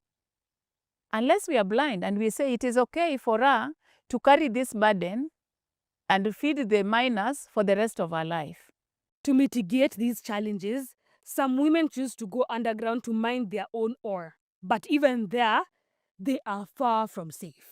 The women are most affected in some cases. You look at Ndori, in Lumba area, where 6 women died in a day. Millicent Akinyi, aged 40, Mathlida Aoko, 42, Viola Aloch, aged 27, Caroline Atieno, 36, and 42-year-old Catherine Akinyi. And the government has kept, things are normal. The leaders, it's okay, nothing. It's like, that's just another statistics. These statistics also count men among the casualties. And here, where widows are many, the story becomes painfully clear. The mines took husbands, fathers, and the stability of many homes. In terms of health, one of the things that we've seen is the traumatic accidents and injuries that have happened in the mining sites. When we have the gold mine collapse, either injuring people inside the gold mine or killing them or even having the near misses. Many people have perished in these mines, but one particular incident stands out. The 2021 tragedy, where 2 miners were killed and 10 others trapped after a mine caved in. The story of Tom Okwach, one of the trapped miners, made national headlines, and as Amos, an elder of the community, says, it left the people of Abimbo scarred. Watoto wengine anaogopa mambo ya gold kwa kulingana na kifo ya Okwach. Okwach anakufa kigafli. Okwach anakufa kwa simu ya kuenda na ya huko. Unafutafuta Okwach mwezi wangapi ya? Bwana Richard. Mwezi wangapi? Abril. Mwezi wa 7 hivyo. Kufutafuta Okwach. Alafu kupata Okwach kama skeleton. Amos's son was a close friend of Okwach, and losing him was so traumatic that he decided never to return to the mines. When death occurs in these mines, accountability often disappears. There's a conspiracy between the police and the community and the mining site. When people die, if you process, do a postmortem, there's a possibility that those mining sites will be closed. And some accidents end up being covered up. Gabriel breaks down the challenges of regulating the mines. Not all of them have permits. Actually, a number of them don't. And because of their informal nature, it's so difficult to control them. Today is here. You intercept them and say, no, we want to see a permit for approval of this site. They disappear from that place. They go to a totally different sub-county. When they do the pits, right? At times they're following what they call them the gold veins, right? And at times the veins run across even roads. Sometimes they're even preventing homesteads, covering homesteads and blocking the entrances. There's this sound that happens where the machine were mining. And what impact are they causing our eardrums? The persons with equipment, some of them from China. We are seeing Somalis also in it. Shit!